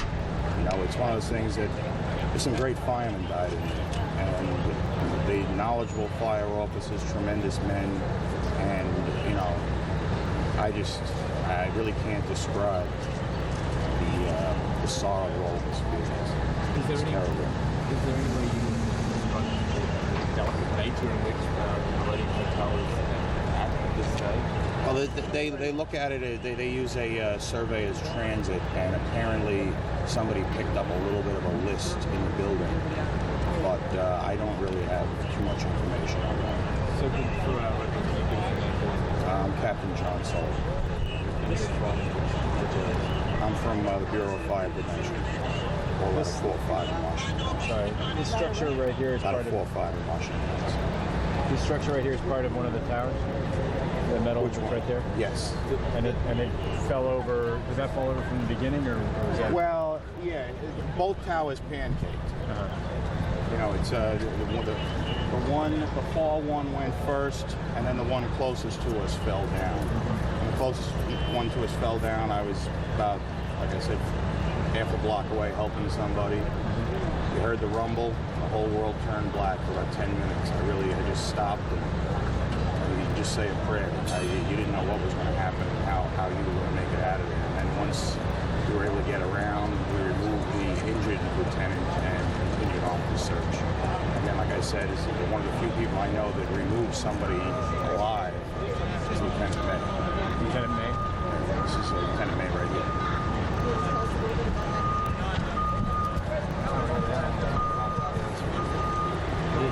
Okay, thank you, fellas. Thank you. Thank you. Thank you, fellas. As a producer of ours talking with that officer, we don't know his name, the firefighter, and we cannot imagine how difficult the work is down there. But as you look at the pictures with us, and we're seeing them for the first time with you, you get a tremendous sense of the devastation. You get a tremendous sense of the work that needs to be done, why this operation is so complicated, why it's going to take so long. Michael Koo has been down in it all day long. Michael, come on, chime in here. Tell me what you're seeing right now. Is there still a lot of concern about these buildings? Yes, Aaron, there is definitely a lot of concern, and as I look at this, I can imagine why the rescue workers have such concern. I tell you, I've been here all day. My colleagues have been here now for pushing way past 48 hours, and every 3 or so hours or so is a new take on the surrealism of this scene. These are our first shots from this particular vantage point, which is just slightly due north and west of what was, again, the World Trade Center. That's a phrase that I keep using today. You can see the center of this picture here as helicopters fly overhead, the smoldering wreckage from this site. Obviously, that first bit of pile of rubble, which is quite high, is what was the North Tower. And just to the south of that, that would be to your screen right, is what was the South Tower. Both just, again, a heaping pile of rubble that now their rescue workers have carted well over 300,000 tons of out of this area. Just to the left of this, or to the north of what was the North Tower, you can see the skeletal remains, really, of the Vista Hotel, which was, again, it's a building that from this vantage point looks black, slightly shrouded in smoke, and in fact, every so often you can see a new gust of smoke coming up from that. That was a building that was sustained some serious damage back when the World Trade Center was, the bombing of the World Trade Center back in 1993. Now just the skeletal remains of it. Just behind that, I'm not quite sure how cameras can pick it up, but again, shrouded in the smoke is where 5 World Trade Center would be, and that's a building that there's a lot of speculation about what's going on with that, concern that it has sustained a lot of structural damage to that. And I want to just sort of pan a little bit to the right here, or to the west. You can see in what was a street, in the middle of that street, you can see a structure that connects, again, what was the Vista Hotel to the right of our picture, to the west.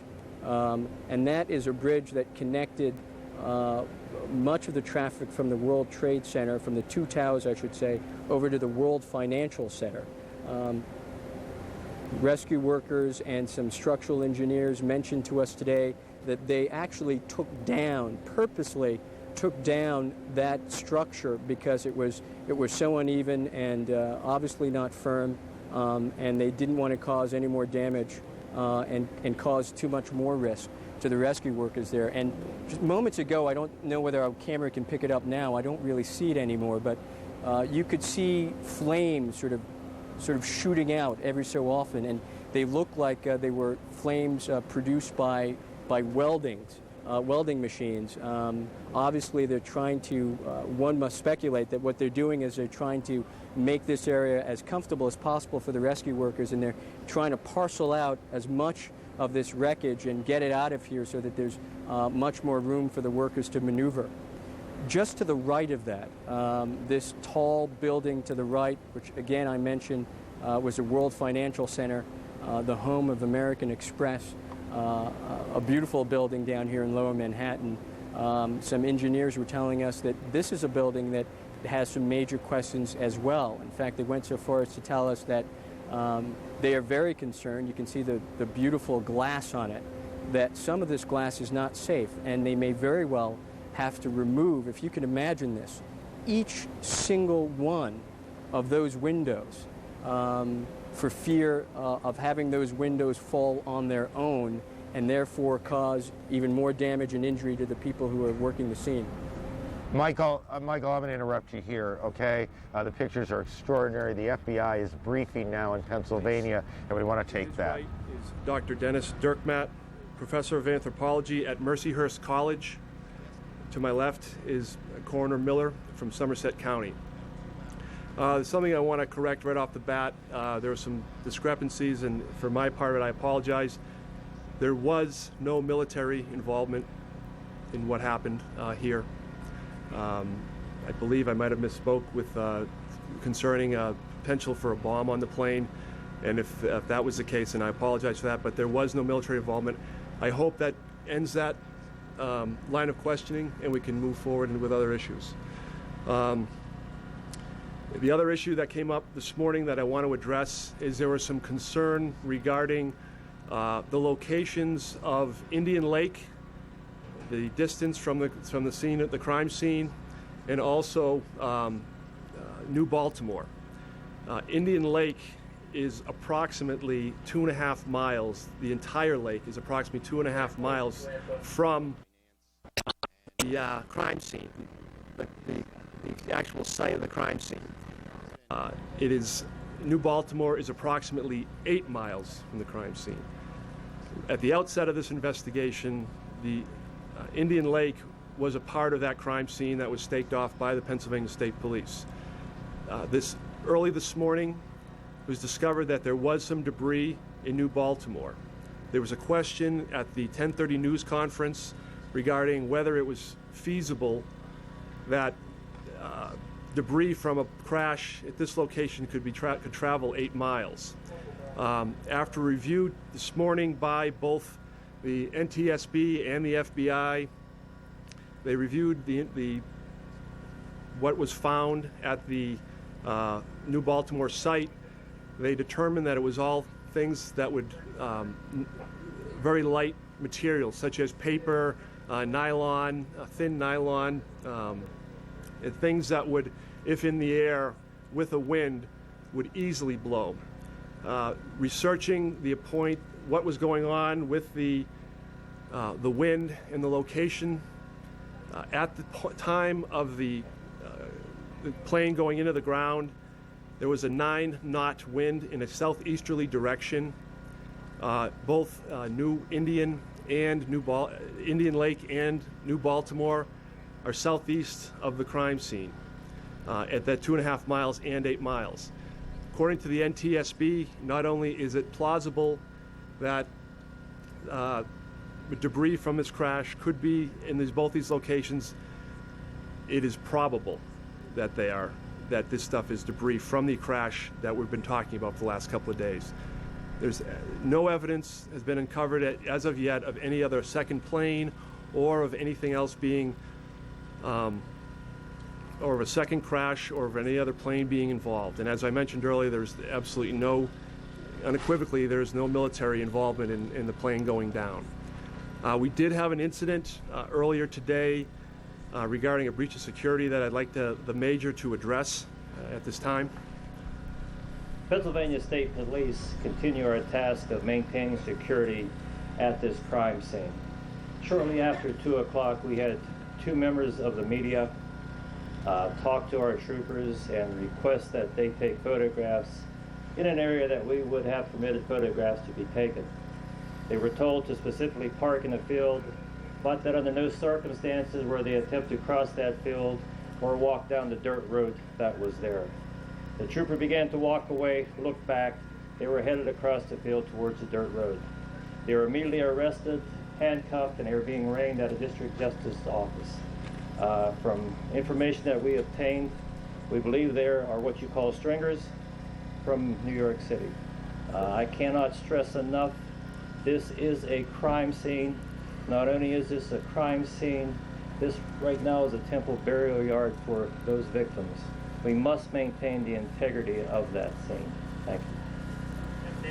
Briefing by the I will get FBI, the the name. state police in Pennsylvania, the coroner of Somerset County there as well, on the situation surrounding the crash of the plane in Pennsylvania on Tuesday. A quick note, and we'll move along here. The Coast Guard has said that it will reopen New York Harbor to limited commercial traffic today. One small sign, I guess, that normal returns, or at least slowly returns. It is not nearly normal at the New York Armory. Families are gathered there, families of many of the people who are missing still around the Trade Center site. Our Elizabeth Cohen is there, and she joins us now. Elizabeth. Aaron, what you see behind me is a line of hundreds of people. All of them are missing relatives, and they're standing in line here to give information about their relatives to authorities. Authorities want to know everything about them. They also want dental records in case they need to identify bodies. They also want blood samples from close relatives in case they need to match DNA. I've never seen anything like this here. Families are handing out flyers to the media, hoping for some news on their relatives. Here, for example, Paul Ortiz is missing. He was on the 107th floor of the first tower, 10-month-old baby Rebecca. Darren Bohan was on the 102nd floor. Katie McGarry Nowak, she was a newlywed. She had just shown a wedding video, gathered her friends together to show them a video just the day before. Here we have Joseph Mistrulli. It says, God and angels up above, send us home, the one we love. And I have here with me Vinny Kamaj, whose father, Rocco, was in the World Trade Center. And can you tell me where he worked and when your family last heard from him? My father was a window washer on Tower 2, the observation deck. He worked the rig outside. He last called us at 9:15 a.m. from the 105th floor, where he said there was 200 to 300 people just on that floor waiting for them to be told to head down. And did he say that he was heading down, or did he feel safe? He said, don't panic, to my mom. He said, don't get upset. Tell my kids I'm going to be okay, not to worry about it. I'm in God's hands. We're all going to be okay, don't worry. And tell me why today you're distributing these flyers. This morning, my mom woke me up early telling me that his name was on one of the survivor lists on an internet web page, and that we can get the best information from the building behind us, the Armory. And what happened when you went into the Armory here? I have a case number. I looked it up to see if my dad was in any of these hospitals, and no luck yet. What's in your head now about what you think happened?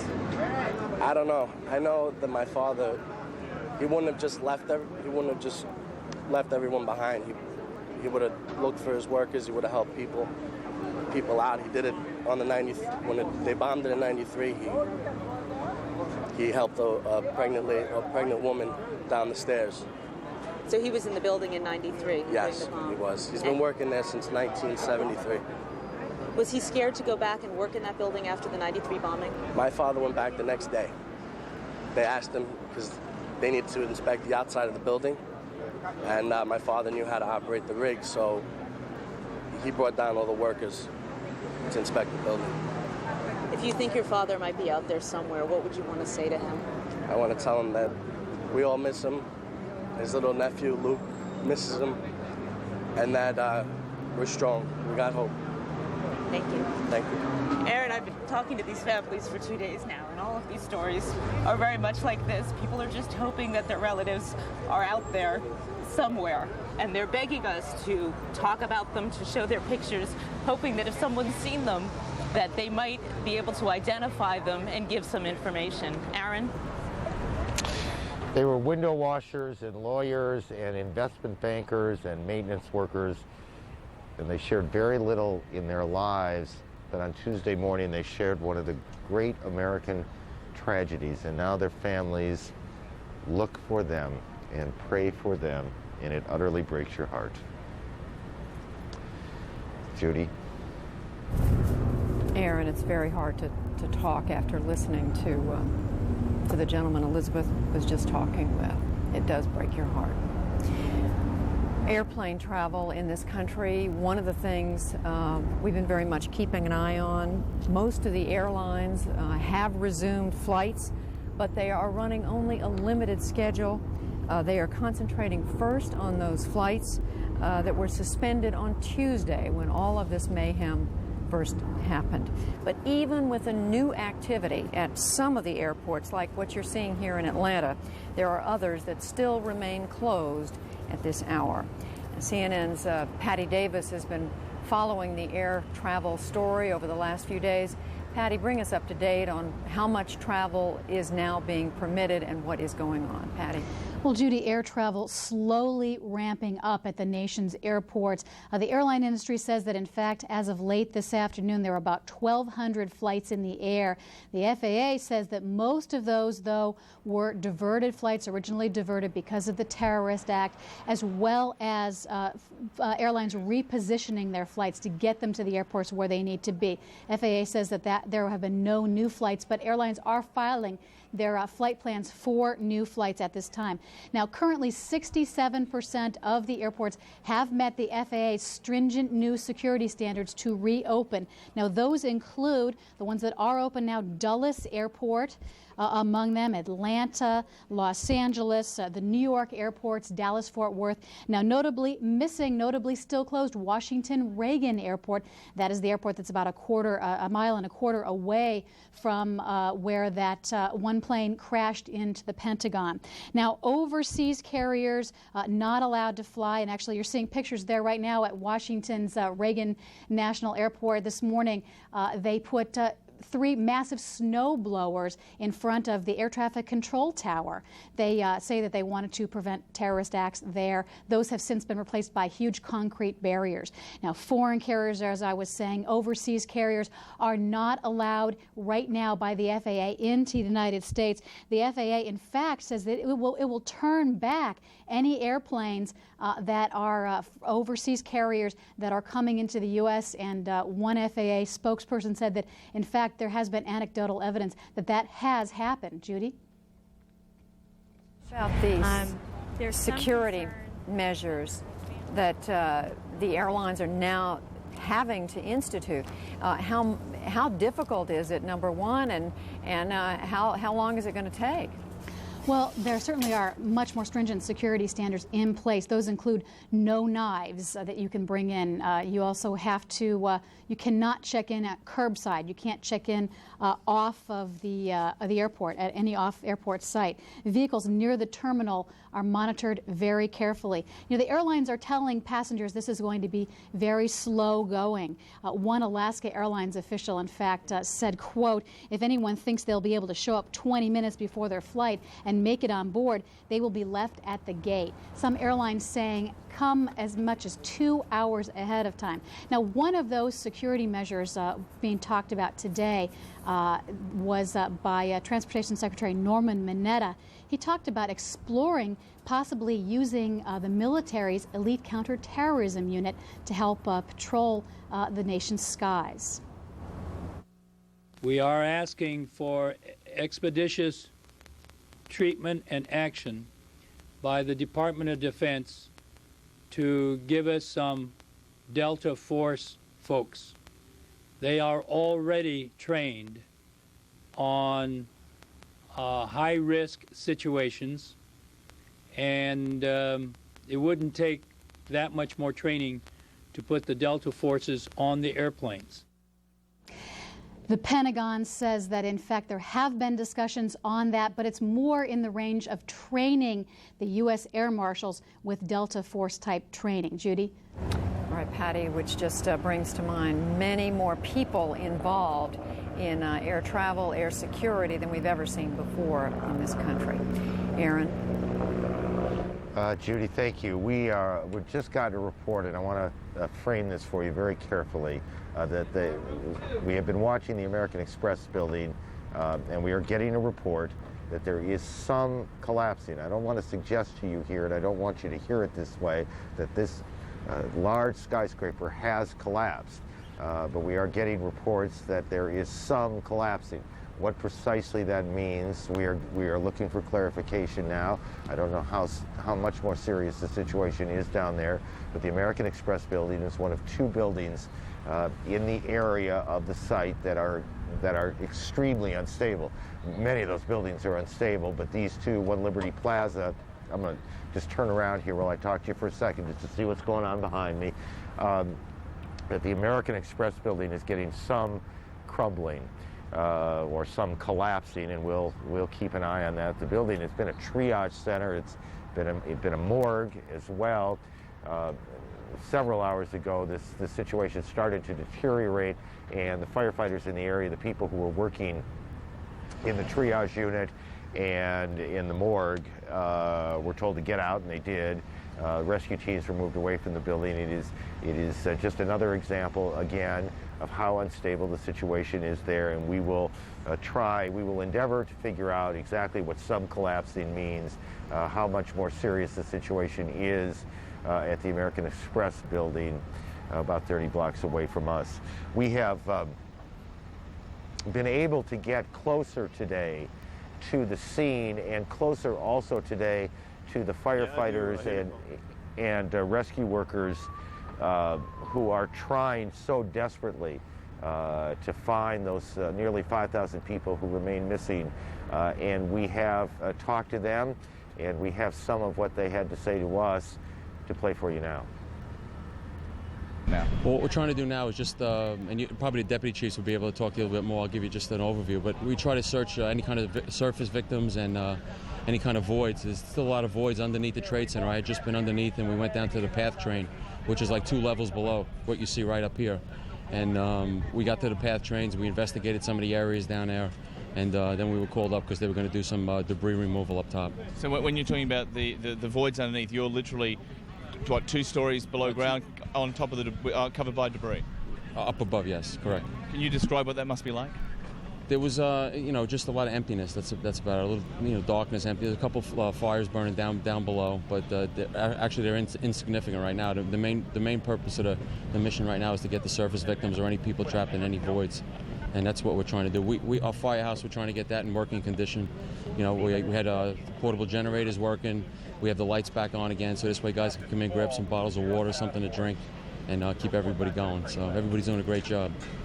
What happened to your firehouse? We had all the windows blown out. We have actually, from our house, we have 5 guys missing. So everyone feels like if they can do a little bit of part just to try to get to their guys, that it's an accomplishment today. Even just getting down there and not finding anything was still, at least we felt like we were trying to do something. Were you the first new company? Well, our company was the first new company. I was off. But your company was the first one here? Correct. You must have lost a lot of lives. We lost, from our company alone, we lost 5. But there were guys that we run in with all the time down here, just missing companies, can't find them, don't know where they are. And that's why everybody's here today. Tell me, the situation as far as the debris and the removal goes and the danger involved, what thoughts go through your mind when you're working out there? It's always dangerous. All the guys up here today, I mean, they're all doing dangerous things. It's just part of the job. We understand that. Each one of us know that it could have been us that day. I just happened to be off. Not my change of tours. It seemed to be that it was my lucky day. Can you explain to us the feeling that you get when you know that as time goes passes that the chances... Time is of the essence. The quicker we can get to the people, the better chance of survival. The quicker we get to the voids, any type of voids that we might have, and there are plenty of voids underneath the building. So there's still hope. That's why everybody's here digging through the rubble right now. What about the situation as far as all these buildings around the area? Their structural integrity is damaged. The buildings department would be able to tell you a little bit more about that. But what about you, as far as working in this environment? It's dangerous, but that's what this is the career we've chosen, and this is what we do, and that's why everybody here today. Everybody here today either knows somebody. Everybody here knows somebody that's missing. That's why we're all here. I hate to ask this, and forgive me for asking this, but does it get to a point, days down the line, weeks down the line, when you just know that there's no more hope? There's always seems to be hope. I don't know, how long it's been, some of the other collapses that we've had around the country, but there is opportunity still, even as a week goes by, that there's a chance to get somebody. No. Right, yeah. Thank you, Luke. Thank you very much. Lieutenant John Radigan down on at Ground Zero. Hope is what we use to get through the worst of times, and this certainly qualifies, and it's going to get a little worse tonight. rain, heavy rain, high winds expected to move into the area. It will simply make the work harder, more dangerous, and frankly more miserable for the people down there. And there is plenty of misery there already. Judy. Aaron, Bruce Morton is one of our reporters here in Washington who's covered just about every story I can think of in this capital city for at least the last 30 years. And Bruce has done some thinking today about the impact of these attacks on the American government and the American people. World War II brought Americans together. Most believed that Nazi Germany and Imperial Japan were evil and aggressive. Americans demanded victory. The phrase of the day was unconditional surrender. Korea and Vietnam, in contrast, divided the country. Vietnam in particular left Americans suspicious, leery of wars, and in the conflict since, the motto seems to have been, bomb all you want, but we can't stand American casualties. That seems different now. No yellow ribbons, bring the hostages home, please. Flags this time, half-staff but proud. People are lining up to give blood. The Red Cross 800 number logged 700,000 calls in the first 6 hours after an appeal went out. Some military recruitment officers see an increased interest. And the country seems prepared to send its young people into harm's way. I think the United States is in a long twilight struggle against these forces of evil that have chosen to destroy us because we are good. And I believe that it may take a lot of time, a lot of American treasure, and perhaps some American blood. Make no mistake about it, my resolve is steady and strong about winning this war that has been declared on America. A goal of victory, not compromise. And later, wars change countries. World War II made the United States a world power committed to an international role. Isolationism left behind. Vietnam left the United States more cynical. Americans had learned their government could lie to them. This time, unity so far, agreement on a goal so far. Will that change if the struggle is long? We can't know. The fight is just beginning. Bruce Morton, CNN, Washington. And the fight is just beginning. Our coverage of the aftermath of these terrible tragedies is continuing. We're going to be back in a minute with more coverage. Joining us, CNN's Joey Chen and Bill Hemmer.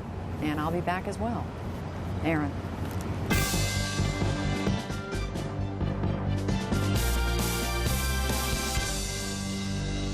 We are yet again in the middle of another extraordinary day. The things we have seen thus far today, Joey, again eclipsing what we have seen yesterday. And it continues to be a story that we are on top of here in the interest of our employees and colleagues. Another shift change. I'm Bill Hemmer in Atlanta. And I'm Joey Chen. And we do have to note that not only the very hard work of our friends and colleagues in New York and Washington, but the great interest all across the nation as people tune in to CNN to find out the very latest. We will hear from Judy Woodruff in just a few moments. First, let's get a quick look at where we are at this hour. There is late word from New York. We are now being told, very disturbing to us. We can't quite put our finger on why this has happened yet, but we are being told that the reported rescue of 5 emergency workers, which had been reported earlier in the day here on CNN, did not happen. It did not take place. Officials say they don't yet know how the story began to circulate, but CNN is still looking into this, and we're trying to find out more about this. Back at Ground Zero, the effort to save lives is indeed threatening lives itself. At least one major skyscraper is feared to be wavering now, and some strong storms, possibly with heavy winds, are on the way into the Northeast. More than 4,700 people are reported as missing and believed to be in the rubble. In Washington now, the government puts the number of dead at the Pentagon at about 190. Now, that includes the victims from American Airlines Flight 77, which is, of course, the flight that crashed into the fortress on Tuesday. We get this very late word. A rescue worker tells CNN of pings being heard from the rubble, pings that could lead to the airplane's voice and data recorders, those so-called black boxes. Said to be so critical in any investigation of any airline that goes down. We are being told right now that United Airlines Flight 93 that went down in Somerset County, western Pennsylvania, apparently officials there indicating that the black boxes there have been picked up. Kelly Arena, live in Washington. Kelly, what do we know? Well, Bill, justice officials say that, yes, they have confirmed that they did find that black box.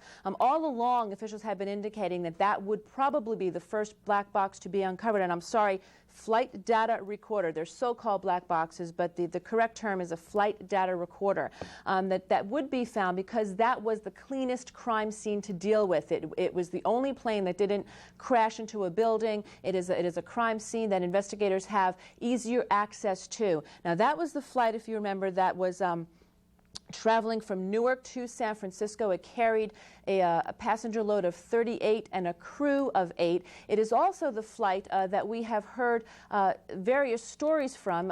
Yesterday, CNN did receive a partial copy of a transcript, air traffic control transcript from that flight, where we know that one of the hijackers told passengers that he had a bomb on board. We also know that one of the passengers on that flight called home and said that the male passengers on that plane had voted together to decide to try to overtake the terrorists. So we do have some real life drama that we know about that occurred not only in the cockpit but among the passengers on that flight. Again, the black box has been found. This could be very helpful to investigators. They were hoping that they could find these flight data recorders intact. It would help with the investigation. You never know what you will hear that may lead them to investigators to finding more information about anything that could help them pull the threads of this investigation together in terms of identifying more about these terrorists, possible terrorist cells operating within the United States. But a very good piece of news for investigators, Bill. Kelly, let me stop you here because we're talking about the flight data recorder. That's right. What right. about the cockpit voice recorder? Well, the cockpit voice recorder, which is what air traffic control had, we do have a partial transcript of that we released yesterday. The microphone, though, was keyed on and off, so it's not a continuous transcription. It was something where it sounded like there was a scuffle between the pilot and the terrorist at the time, trying to turn it on and off. So this may yield more information if it is indeed intact. All right, Kelly Arena, come back and check back in as soon as we get more information. But again, United Airlines Flight 93, again, the flight data recorder has been recovered, which would be so critical to finding out altitude and other situations possibly on board that plane before it hit the ground there in western Pennsylvania. More now with Joey. Joey. Bill, meantime, in all this, the Attorney General John Ashcroft is saying that the FBI is working on literally thousands and thousands of leads in these cases. Here's some of what we've been able to learn so far. Authorities say that they believe 50 people may have been involved in the attack. They also say that Arab individuals had recently inquired about aircraft availability at Eastern Air Charter in Norwood, Massachusetts. Law enforcement officers say that these individuals may have been the hijackers or at least part of the planning team. Federal sources, meantime, have identified two men, Mohammed Atta and Marwan al-Shahi, as the suspected pilots of one or two of the planes after they were hijacked. Both men had trained on a flight simulator in South Florida. Meantime, police in Hamburg, Germany, brought in a woman for questioning in connection with the attacks. German authorities have also detained a male airport worker. Germany's top prosecutor says that 3 of the suspected hijackers were of Arab descent and are believed to have lived in Hamburg.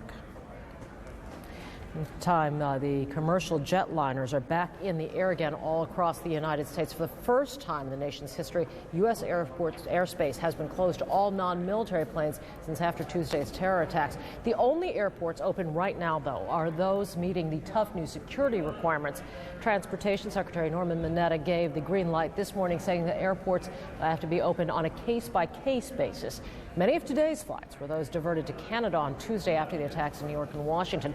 Travelers arriving at airports are being met by scores of federal marshals, police, and canine units, which are all part of these new security measures. Some of the other things we're picking up on right now, Joey, the New York Stock Exchange will not reopen tomorrow on Friday as had been planned earlier, but rather on Monday. That is now the target date. They'll do some testing over the weekend on Saturday, but trading right now set to resume the usual time, but it will be far from usual, 9:30 a.m. Eastern Time Monday morning. Also, the National Football League has made a decision it will cancel Week 2 of the NFL season. All games are off for this weekend. Games set to resume on Sunday, the 23rd of September. Also, Congress has passed a resolution today urging the country to fly the Stars and Stripes. for the next 30 days. If you spent much time outdoors, you can not help but notice a lot of folks doing that already, getting several calls here that various outlets across the country giving away flags at times, and several major retailers have run out of those flags at individual outlets. One report said 80,000 have been sold in New York City alone. Also, another note, a sign in the skies, combat aircraft patrolling above some major U.S. cities, including Washington. We saw this over the Pentagon and other buildings there today. In words and gestures today, U.S. officials are speaking unmistakably of war. Now, back on a story that earlier in the days had raised many of our hopes and hearts. The news we had heard is that 5 firefighters who had been lost since Tuesday had been located in an SUV buried beneath the rubble of what remained of one of the World Trade Center towers. Now we are told that story was not true. CNN's Martin Savage rejoins us now from New York with the latest on the story. Marty, I don't understand. How could this story be so far off course? Joey, this is a heartbreaking development here that we have just learned within the last half hour. This confirmation that no firefighters were found coming to us from the fire department itself, even though the fact that rescuers who claim that they saw the rescue take place, even though that the New York City Police Department confirmed that in fact they had been found, even though Bellevue Hospital had said that yes, they were expecting them, it turns out the miracle that everyone was so joyous about did not occur. Authorities say the way the confusion came about on the site was the fact that there are so many rescue workers and so many firefighters working in the area trying to find survivors that several of them fell down a steep pile of debris and actually fell underground. They were rescued. When they were rescued, apparently by all the other rescuers that were out there, it was misinterpreted as this dramatic saving of 5 firefighters. It is an absolutely heart-aching development that it is not the case. Authorities simply say there was no miracle. And there's other disturbing news coming to light now. Authorities are telling us that there have been several arrests made of members of the media, the local media, apparently posing as firefighters or as federal officers in their attempt to try to get closer to the scene for the purpose of photography. They have been taken into custody. And now other concerns, buildings falling down, 2 specific buildings. One is the One Liberty Plaza building, in which there is grave concern about the stability of that structure. And then there is the World Finance Center, which is also thought to be in danger of possible collapse. Not that it's imminent, not that it's coming down right this second, only that there is structural problems. It has been weakened from the foundation.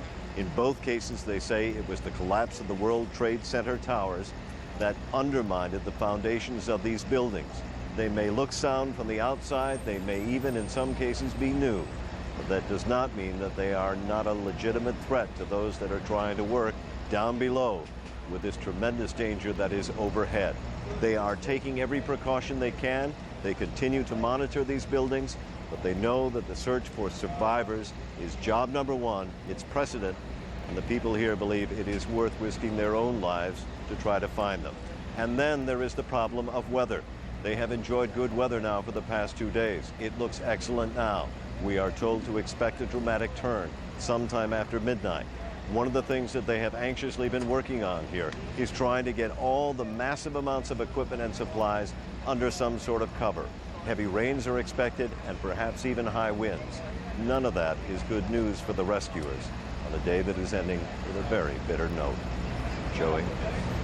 Marty, talk to me about this. You said that there have been some reports of people trying to sneak into areas that they clearly did not belong in, yet they have to really close off all of Lower Manhattan, in effect, to make sure that this scene is safe. I mean, that is a big area around the World Trade Center. How are they able to do that when so many of the security resources have to be devoted to the rescue effort directly? Well, they have brought in officers and law enforcement personnel from all of the surrounding area, the surrounding region, to be exact. And you have state police officers, you have federal police officers, you have local police officers, county police officers, all coming in from different jurisdictions, different communities, all coming in, though, with the purpose of trying to secure this area. Keep in mind, it is not just a matter of trying to keep the public out. It is not just a matter of trying to keep the media in check. This behind us here, as devastating as it is, as huge as the destructive area that is covered, is a crime scene, first and foremost. And everything that is out there is considered a piece of evidence, perhaps a vital piece of evidence, no matter how small. So trying to preserve that for the purpose of the investigation and ultimately finding out who is to be blamed and who is to come to justice is vital. Hence the reason why the media is allowed to get close, taken up usually in groups, escorted by officers. But we are not given free rein in this area. And you could understand why. Certainly can understand that. CNN's Martin Savage covering the latest developments from the scene of the search underway in Lower Manhattan. Note to our viewers, in just a few moments, we're going to hear from CNN correspondent Elizabeth Cohen. She's at one of the hospitals, which has become something of a center for the many, many thousands of people who are looking for lost loved ones, friends, family as well. We're going to hear from Elizabeth in a few moments. First, we want to continue with more on the investigation itself now. And the human story, that armor we saw it so clearly about 30 minutes ago, back there in a moment. Orlin Sidney from our weather department just about 45 minutes ago came down to tell us that the weather does not appear to be as severe as some thought before. They're thinking rain after midnight Eastern time tonight, but then stopping by noon Eastern tomorrow, just about a 12-hour period. After that, Orlin thinks the skies will clear once again, and that should be indeed good news. You mentioned the investigation, though, Joey. The Attorney General, John Ashcroft, said they're pursuing right now thousands and thousands of leads, and many of those leads going up and down the East Coast of the United States. And Mike Betcher trying to get a handle on things at this point. He joins us now. Mike, what are you finding out? Well, it's been very busy today, Bill. As you said, Ashcroft reported that there are 18 terrorists, or were 18 terrorists, aboard those 4 hijacked planes. But 2 of those men are the object of an intensive international search that stretches the Atlantic from Florida to Hamburg, Germany. Those men are Mohammed Atta, who we will show you in a photograph here, and his friend Marwan al-Shari. Both held United Arab Emirate passports, but it's not clear if they are actually citizens of that country. We know, for example, that Atta had an Egyptian driver's license. In Hamburg, Germany, German federal police launched an extensive search of an apartment shared by Mohammed Atta and Marwan al-Shari in February of this year. During an additional search of another apartment that may have been connected with the 2 men, a woman was taken away for questioning. During the night, a total of 8 apartments were searched by German police.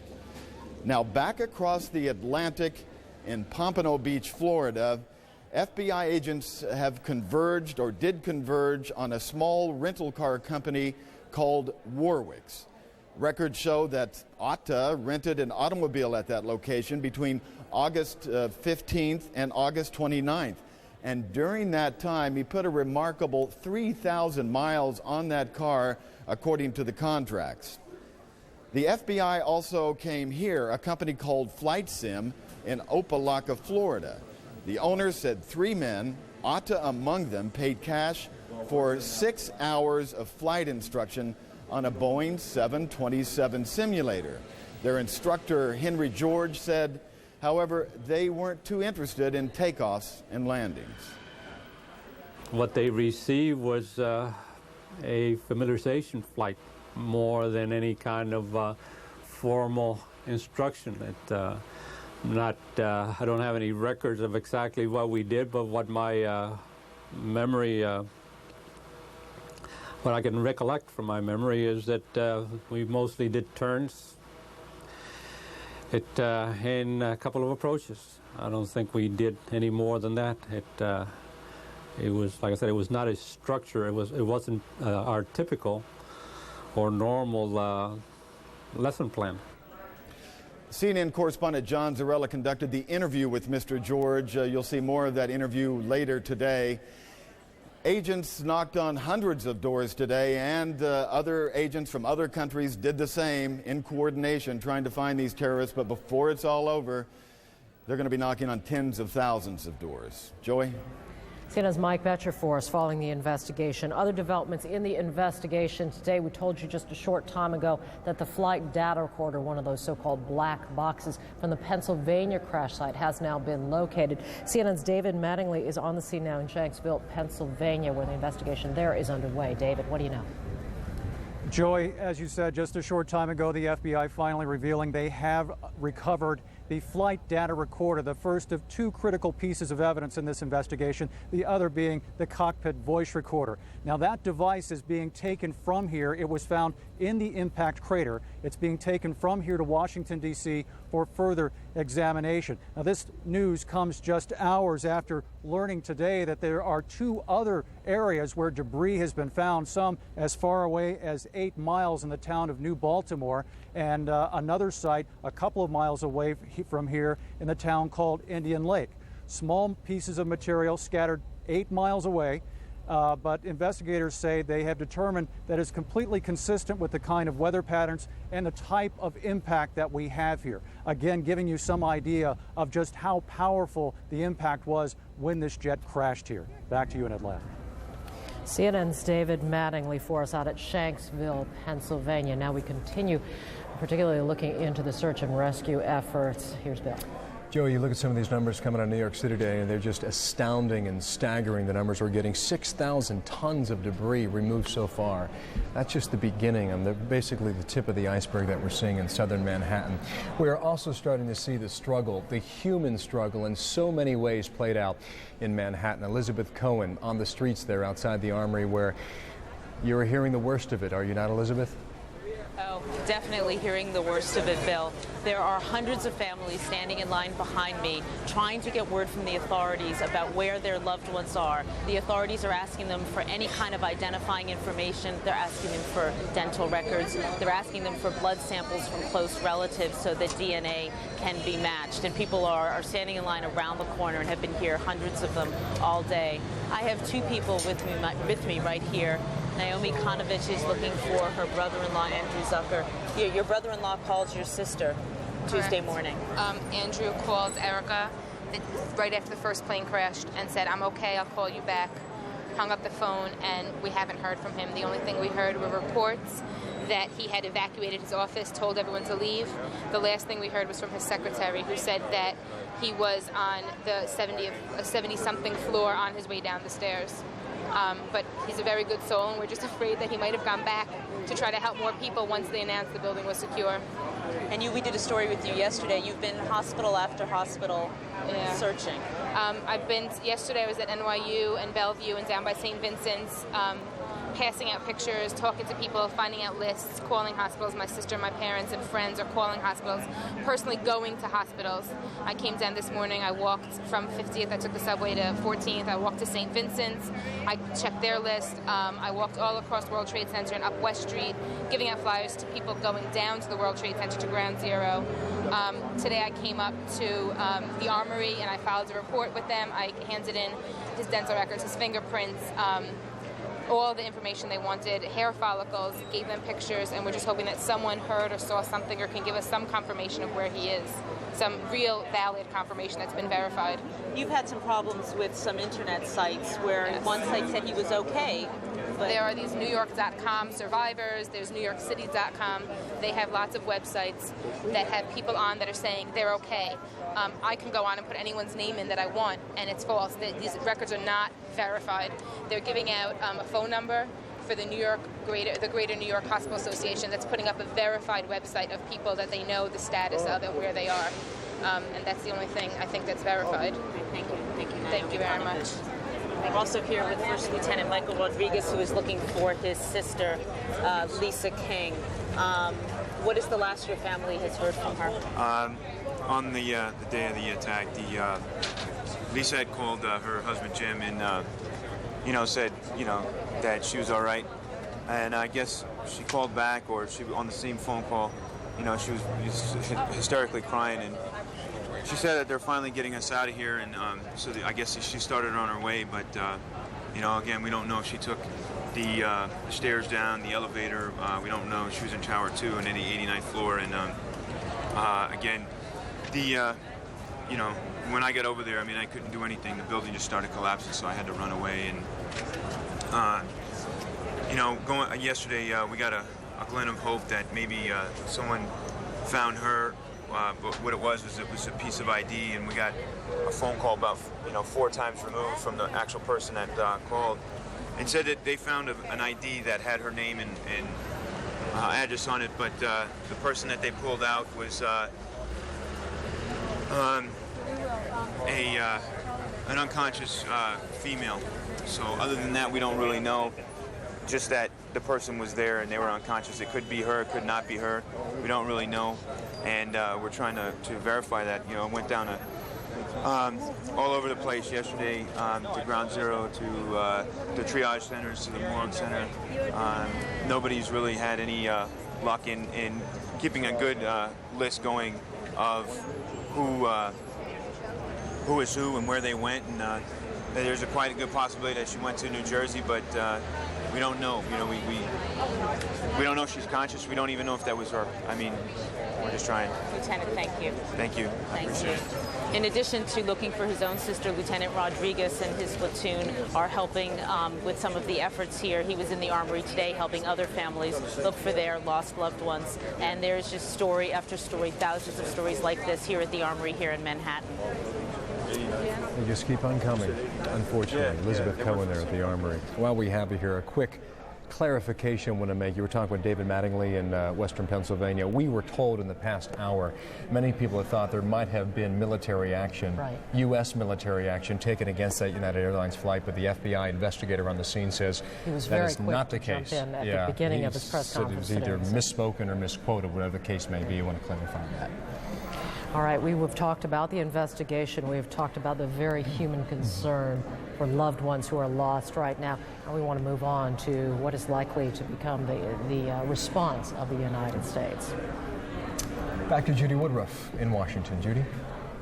That's right, Bill. Here in Washington, much of the focus at the Pentagon right now on the outside is the recovery efforts. They say they've all but given up hope for any survivors there, but the work very much proceeding to pull remains that they can find, and there's been no slowdown in that effort. But on the inside of that building, which is, of course, the military and defense center for the United States, some tough talk about what are the options now given this terrible attack on the United States. CNN's military affairs correspondent Jamie McIntyre. Jamie, we are hearing the kind of language out of the Pentagon we haven't heard before. Yeah, very strong words indicating that there will be military action taken against the foe, which right now is simply called terrorism. They haven't really put a name to it, even though Secretary of State Colin Powell today did say Osama bin Laden the prime suspect in this event. Some of that tough talk coming from Deputy Defense Secretary Paul Wolfowitz,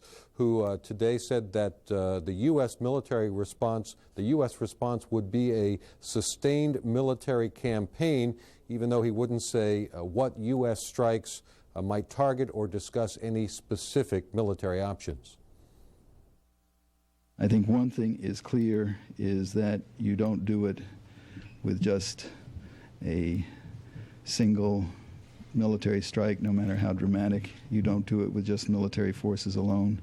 You do it with the full resources of the U.S. government. It will be a campaign, not a single action.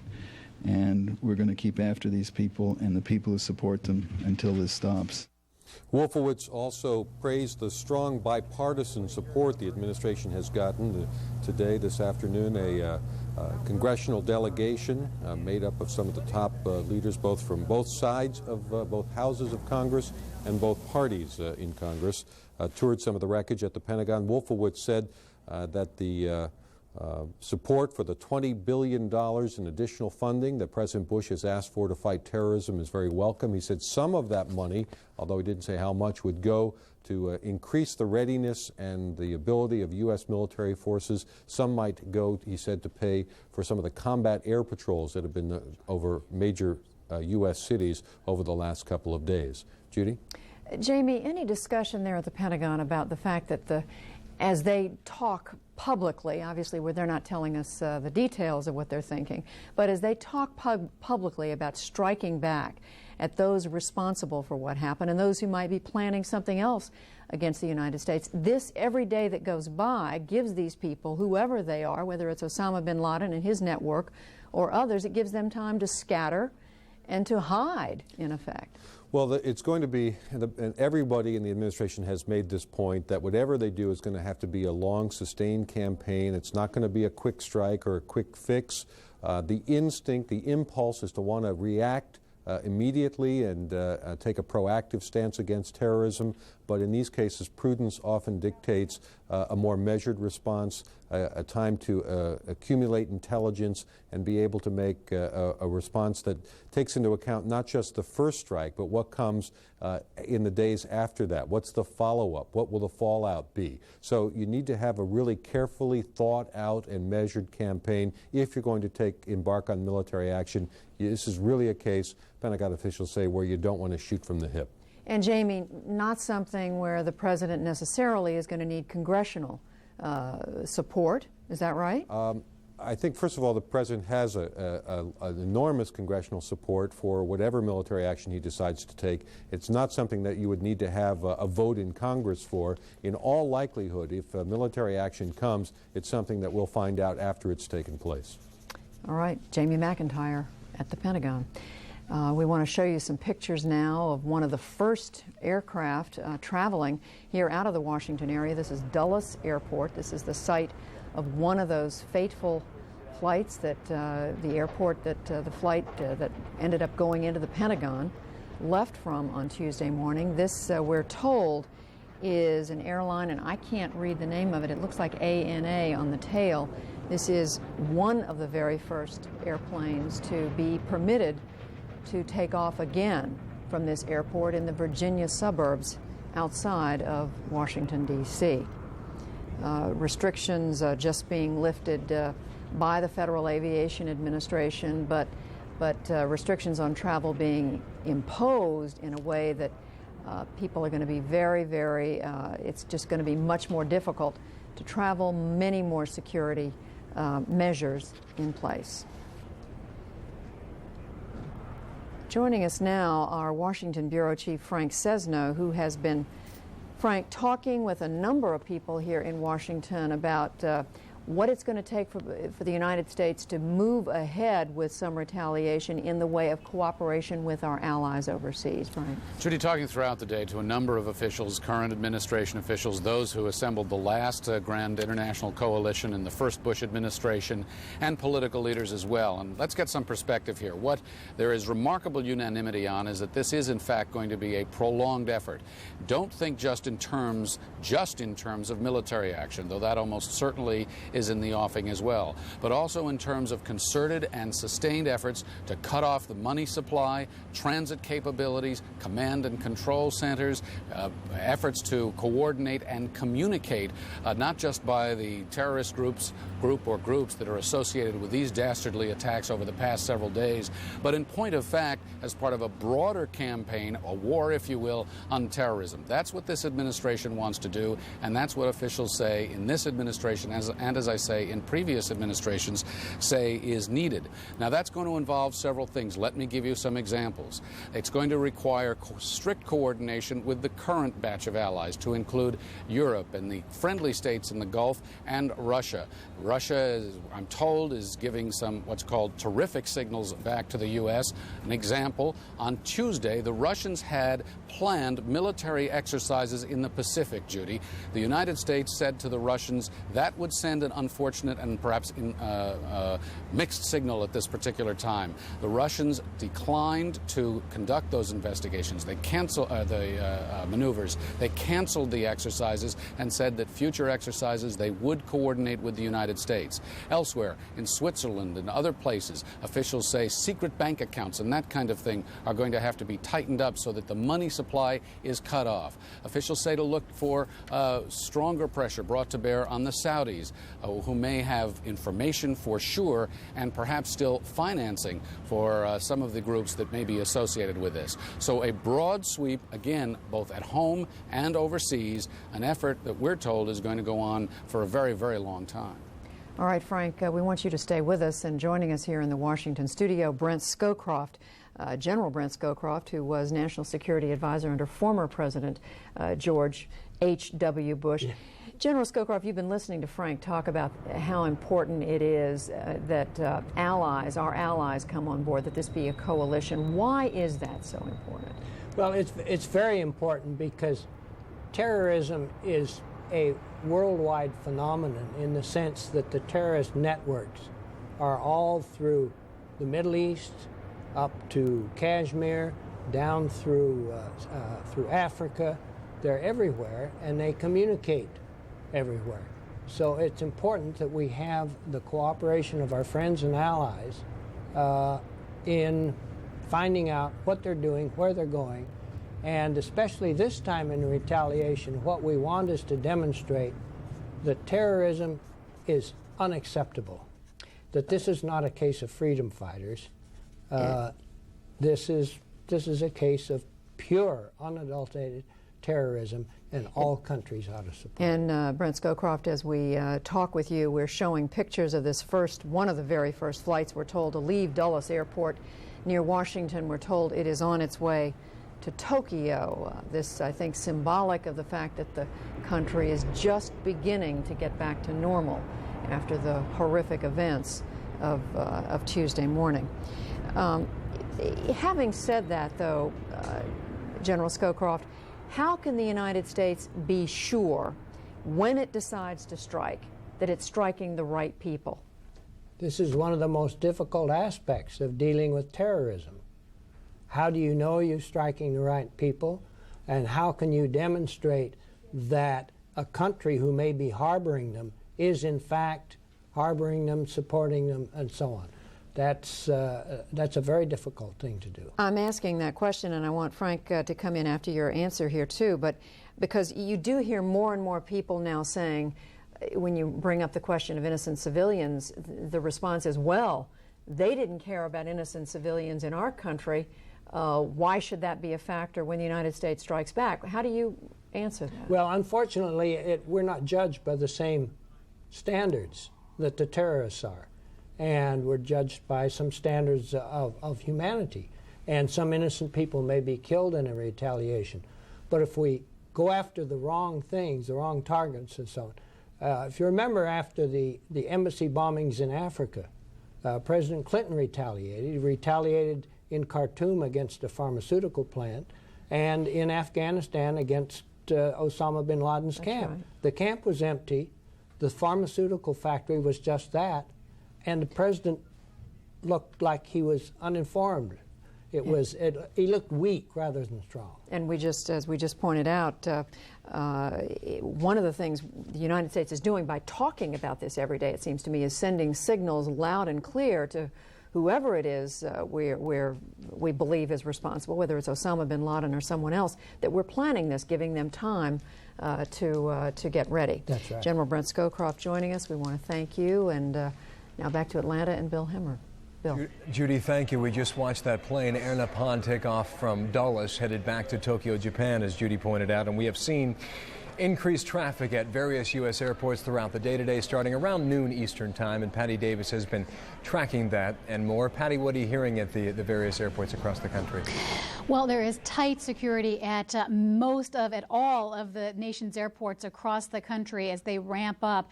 The FAA is saying that about 70% of those airports are now certified that they do meet the FAA's new increased security standards. Now, those airports include Dulles Airport as well as Atlanta, Los Angeles, the New York airports, Dallas-Fort Worth. They are all open. Notably missing from that, however, Washington's Reagan National Airport.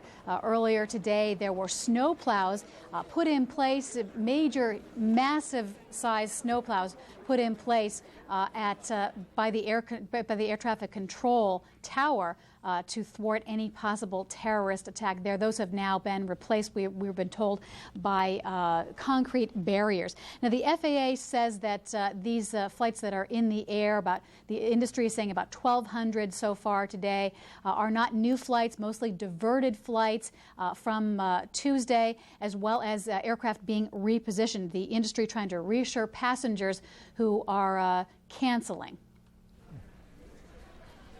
My advice is that it is safe to fly. I will be flying. I know that many of our CEOs of the airlines will be flying, as will others. And I would not fly if it were not safe. I would not ask anyone to fly if it were not safe. And that is why we are taking such significant measures to get people back in the air. Now, getting those passengers to come back to air travel, obviously critical to the industry, a big economic issue for them.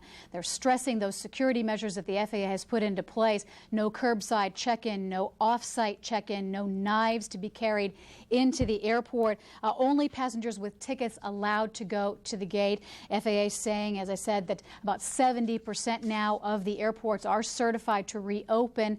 Still, general aviation not allowed to fly. Those small planes, those corporate jets not allowed to fly. FAA saying the system can't possibly handle all of those flights, including commercial and general aviation at the same time. Overseas carriers also not allowed to come into the United States. The FAA is saying that overseas carriers will in fact be turned back, and I've just been told that there is currently a ground stop in the New York area. A ground stop in New York, is that right, Patty, at the end there? That's right. Which Apparently, would entail what? What that means, if there's a ground stop in the New York area, meaning that there are no flights allowed to take off in the New York area, and I'm also being told there's some FBI activity at those airports as well. So we're waiting to get more information on exactly what that situation is developing there. Patty, quickly here while we have you here, for people who may be venturing out to travel this weekend by air, what are they saying? 2 hours in advance, give yourself to get on that plane, or what? Well, the industry, the association that represents the industry is saying make sure you're there at least an hour. But Alaska Airlines, in fact, was telling us today, make sure you're there 2 hours in advance. If you show up 20 minutes in advance of these flights, there is no way you're going to get on. You're going to be left at the gate. Clearly a time for patience. Patty Davis, thanks. Now to Joey, who's with Miles.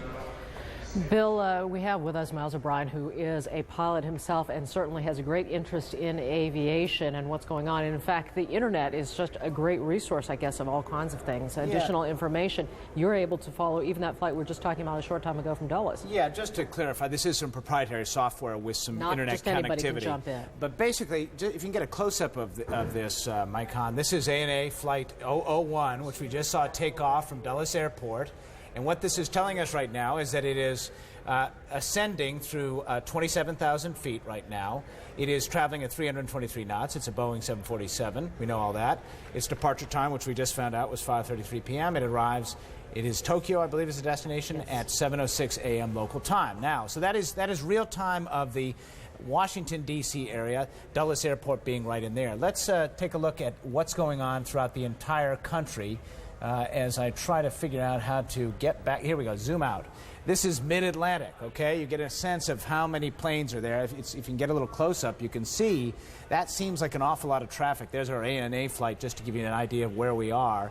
We'll zoom out one more time. That gives you the United States. There's ANA again. And that's what's going on across the United States right now. Every one of those blue dots represents a commercial airline flight at the moment. Now, that seems like a lot probably to you, but that is just a small fraction of what you would see on a normal day in the United States. Now let's go into the New York area, for example, where we just heard about that gate hold. Let's go in a little closer there. You can see that's really a sparse amount of traffic for New York. Here's the tip of Manhattan here. Here's Long Island. Because they're not all operating at the same altitude or in the same... I mean, it does look like a lot to us, but of course we think of them right on a flat plane. Well, and they're actually at different and levels. there's a little scale issue here. Obviously, this plane isn't about half the width of Long Island. In order for you to see it properly, there's some scale issues. But nevertheless, what you're seeing is real time of these particular flights. This flight happens to be, well, let's get that out of the way, but that happens to be I don't know what airline that is, but it is descending through 5,000 feet at 250 knots. Now, this one right nearby, seemingly nearby, is probably at an entirely different altitude, and it's actually at 1,500 feet. Flight level 150, 15,000 feet. That's at 391 knots. So what I'm trying to tell you is it's not as perilous a situation as it may look. But the bottom line is the system is coming alive here. Right, and that is really why you're bringing us this picture. I mean, this is the sort of picture. It doesn't have a lot of practical application to most of us, but this really gives us an idea of the air traffic system back at work. Yeah, we were looking at Los Angeles a little while ago. That's one of the busiest pieces of airspace in our country. Southern California, as you can see, it looks like planes are stacking up on top of each other, but that's the area around Los Angeles. That is, by any normal standard, a very, very sparse day. Things are starting up, but still not quite where you would expect them to be. Now, if I were an air traffic controller, is this a picture that I would be looking at, or are they looking at something different? Well, this is a computer composite of the radar screen information which they're looking at. They're actually looking at real radar screens, the cathode ray tubes, if you will. This just takes that data, compiles it all in one place, and gives us this sort of overall representation. This is not the kind of fidelity you'd want your air traffic controller to have. You might cause some problems. Little insight on aviation from our Miles O'Brien, a pilot himself, and certainly somebody who has studied a lot of this information. Thanks very much, Miles. All right, we want to go back immediately to Judy now. There's some developing information from Washington. Judy. Joey, I've just been told that the United States Senate is being evacuated. That, of course, is one half of the capital of the United States. Our producer there, Dana Bash, all we know at this hour, she's saying, is that we don't know the reason, but people are being evacuated from the Senate. I think we do want to put this in some perspective throughout this day.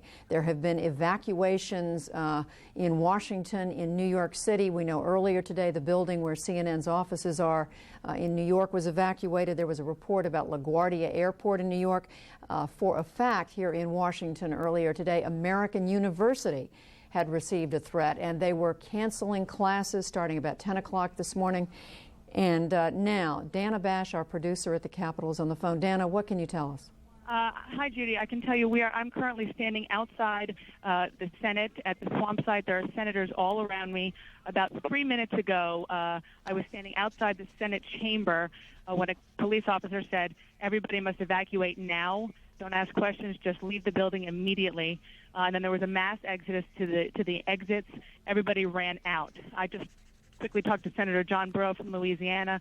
He said that the police came onto the Senate floor where they were actually having a vote, and they said, just get out. Ask questions, just get out. And he said that everybody ran for the doors. I'm currently standing, like I said, right across from the plaza on the lawn looking at the Capitol, and there are just senators all around kind of looking around, trying to figure out what's going on, where to go. Nobody really knows, but everybody is pretty much calm. Everybody looks relatively calm. Before I was upstairs when everyone told us to leave, I was downstairs one floor below staking out an appropriations meeting. There were appropriators who were talking about how much money to give for the rescue efforts in New York and for intelligence and law enforcement operations. There started to be a little bit more movement in there after Senator Lott and Senator Daschle came in to participate in the negotiations.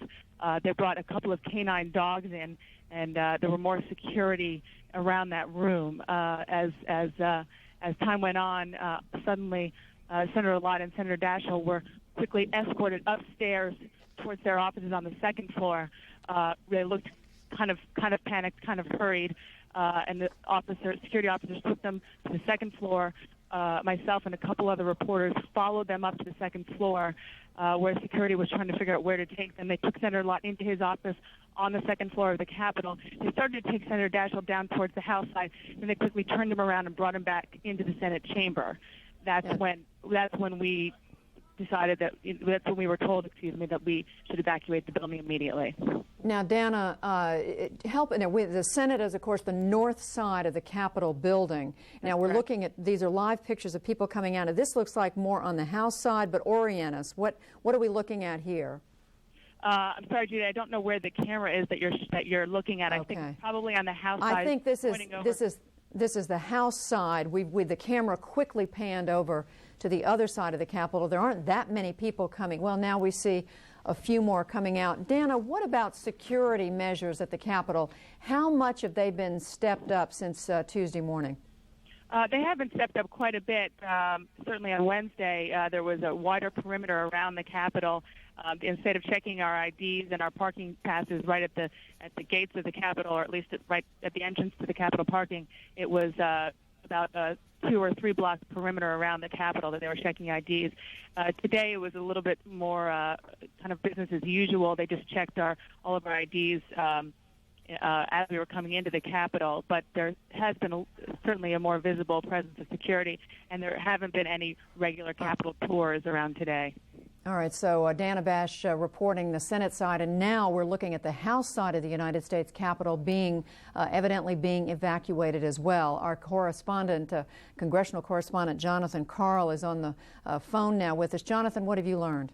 Well, I'm standing literally about 10 feet away from Senator Daschle, the Senate leader, who is conferring with John McCain and John Kerry and Patrick Leahy.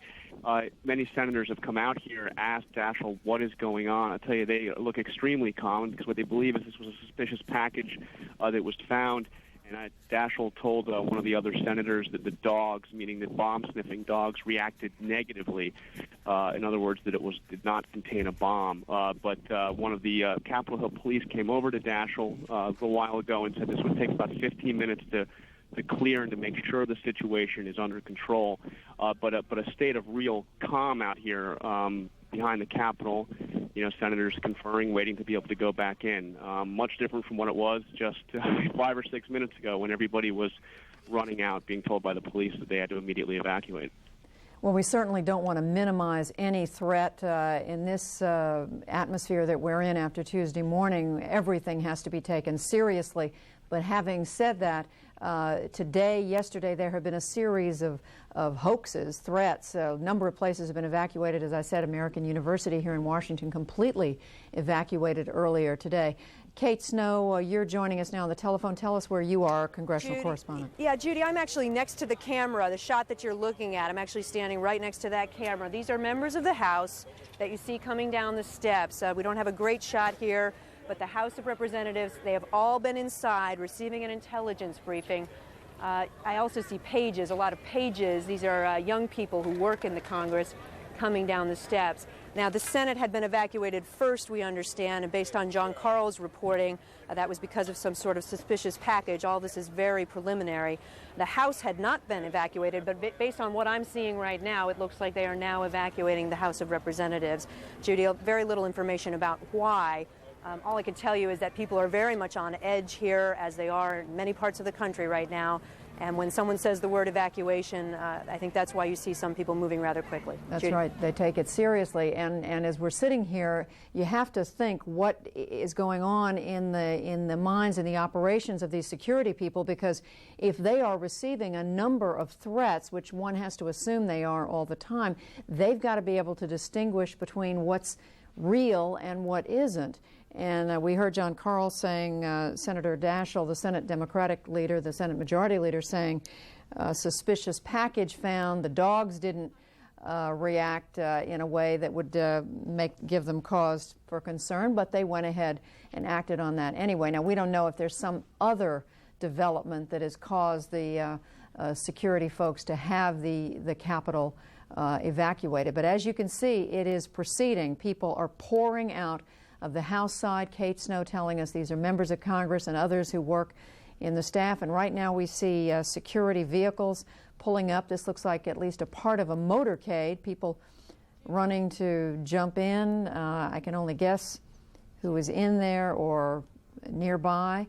But again, more members of Congress and others who work at the Capitol coming down these stairs. This is just, as no one who's watching is surprised to know, this is just a very tense time, not just in Washington and New York and in many other of our important large cities around the country, where people who work in government, people who work in finance, as New York has seen, have every reason now to wonder whether the next threat that comes along is a real one. Judy, Kate? Let me tell you a couple of things, Judy. I just was talking to members as they're walking by here. I'm told that there's a suspicious package verifying what John Karl had reported. I'm also told by our producer, Ted Barrett, that he's just spoken with the spokesperson for the Speaker of the House, Dennis Hastert, who says indeed there was a suspicious package and that, in his words, a dog got a hit on it. In other words, a dog found it to be suspicious. This is all very preliminary, Judy, but that's what we're hearing as of right this moment, that there was a suspicious package, and that's why they're evacuating the members of the House. Yeah, these are the kinds of situations where we can only piece information together. We're not able to talk directly with the people in charge of security. We're basing this on well, in some instances, we think secondhand information. John Carl had talked with Senator Daschle. You've been talking with an aide to House Speaker Dennis Hastert. I don't know if John Carl, are you still with us? Yes, I am. I'm actually, yes, go ahead, Judy. No, go ahead. I just want to ask you what the reaction is. What are people saying as they stand around there and wait? I'm standing next to Senator McCain. Would you like to ask him directly? Sure. He's right here. He's one of those who had to evacuate. Here he is. Hello, Judy. Hello, Senator John McCain. I haven't seen all the senators this close together in many years. Are people taking this seriously? Oh, I'm sure that they're taking it seriously. Otherwise, they wouldn't have told us to come out here on the lawn. Is this the first evacuation order since Tuesday morning at the Capitol? As far as I know, when I've been here, it's the first evacuation since Tuesday morning. Yes. My understanding is that, and this is third hand, is that there was a suspicious package in the Capitol. Is what I heard, but I'm not sure positive that's true. Senator McCain, you've been around a long time. You've worked obviously in the military. You know how some of these security operations work. How do the security people go about distinguishing between what's a real threat and what's a hoax? I don't know, except that in the case of if it's just a phone call, it has to have some kind of corroboration. Again, this is third hand, and I hesitate to repeat it, but I was told that the dogs reacted negatively to this package, was the reason why they gave it some credibility. So, but I want to tell you that I heard that third hand, and I'm sure that if I gave you an inaccurate depiction of the situation, that it'll be cleared up within an hour or so. But, Senator, isn't it your sense that the security has been beefed up there at the Capitol since the incidents of Tuesday? Oh, absolutely. The security has been beefed up, and I think it's very appropriate that that be the case. All right, Senator John McCain. All right, I'm going to give you back to your crack correspondent here, okay? All right, Senator John McCain answering some questions for us, borrowing the telephone of our correspondent, Jonathan Carl. Jeff Greenfield, who is our CNN senior analyst in New York City, is with us now. Jeff? Judy, this is one of the costs of what happened Tuesday, and it's one of the costs that is going to roll through this country for an indeterminate number of times. The purpose of terrorism is to terrorize, is to make us insecure. What we've seen the last 2 days is the secondary fallout from the horror that's a couple of miles over my shoulder. We've had the Empire State Building evacuated. We've had Penn Station evacuated. There's every reason to think that malicious or stupid or deranged people will be calling in threats on everything from airlines to trains to public buildings. You remember Inauguration Day, how upset some of us were that people going onto the mall to hear the speech of the new president were screened for the first time in American history, I believe. And one of the things that is going on is that the attack on the World Trade Center has ruffled through the entire country and made insecurity a way of life. And we don't know how long this is going to go on. That's right, Jeff. I mean, we have seen in the last few days untold numbers of buildings evacuated in Washington and in New York. I've been saying just today, I was told that at one point they were in New York, they were going to evacuate LaGuardia Airport. Now, I don't know if that was actually carried out. And it's beyond that, Judy. You know, it's things like the waiter at a restaurant saying, my wife just called, they found a bomb in the Brooklyn Macy's. No, they didn't. But those are the kinds of stories that ripple through neighborhoods and ripple through communities and make everybody on edge. And it's one of the things, I believe, that terrorists try to do when they strike at targets like they did here in New York. I mean, give me one small example. The voting machines in New York are all in every school and apartment building. They're shuttered. That was supposed to happen on Tuesday. That's the way we decide things. But that's been postponed. You know, you can't use a credit card in a lot of shops and restaurants. And you got a tiny indication of the financial fallout. And we always look, of course, for understandable reasons, at the major, unimaginable horrors. Sometimes it's these little things that indicate just how deeply this act has struck. No question about it. And Jeff, Capitol Police now confirming that both sides of the Capitol, if you will, both houses of the Capitol, both the Senate, which we first had word of from our producer Dana Bash, and then the House. It's simply two parts of one building. The Capitol, the dome you see there, the right side of it, if the camera's where I think it is, would be the House side, the left side, the Senate, the left being the north, and the other side the South. But you can only imagine what is going on in the minds of these security force authorities as they try to figure out what's a real threat and what's one that we can just discard and not worry about. That's exactly the point. It is that every crank phone call now has the credibility of the biggest horror that has ever been visited on the mainland of the United States behind it. And who can blame them for taking seriously what they would have dismissed or handled with a grain of salt 72 hours ago? This is one of the many prices we are going to be paying for what has happened here. All right, now we want to go to our congressional correspondent, Kate Snow, who's talking with one of the Democratic leaders in the House. Kate. Judy, this is the second-ranking Democrat in the House, David Bonnier, Democrat from Michigan, the man who's clearly very calm right now. Tell me what you know about what's happened here. Well, we were on the House floor and we're getting an intelligence briefing by the intelligence community, and the House floor was filled with members of the House, and I was told by a staff that there had been some evacuation in the Senate, and so I grabbed Bob Menendez, who was sitting next to me, and we rushed downstairs to see what was going on through the Sergeant-at-Arms office, and he came up the stairs at the same time mentioning that there was a package. It was unidentified, and that they wanted to clear the Capitol. So people have come out of the Capitol and are on the grounds now, and they're checking it out. And do you know where that package is or what kind of a package I do not. I don't know any details other than that. I heard some rumors in the back here about the Hart Building as well. That's one of the Senate office buildings. It's just a block from here. But obviously they're not taking any chances, and they shouldn't. When they evacuated you all on Tuesday, it was the first time in history that there had been a mandatory evacuation of this Capitol, and now this is the second time in history. Does that strike you? Do you think we're on a very trigger-sensitive time right now? Well, people are sensitive, obviously, but they will not close this Capitol down. We are going right back into the Capitol. We're going to do the business of this country. And those who have perpetrated this crime against this nation are going to be dealt with justly, but severely and swiftly. I noticed they did not take the Speaker of the House. I believe he's right over here to our right. Yeah, he's just down the way there. The Speaker was evacuated on Tuesday immediately as soon as they knew about the Pentagon incident. Does that tell us something that he's still standing here? Does that tell us that they don't take this as seriously? Well,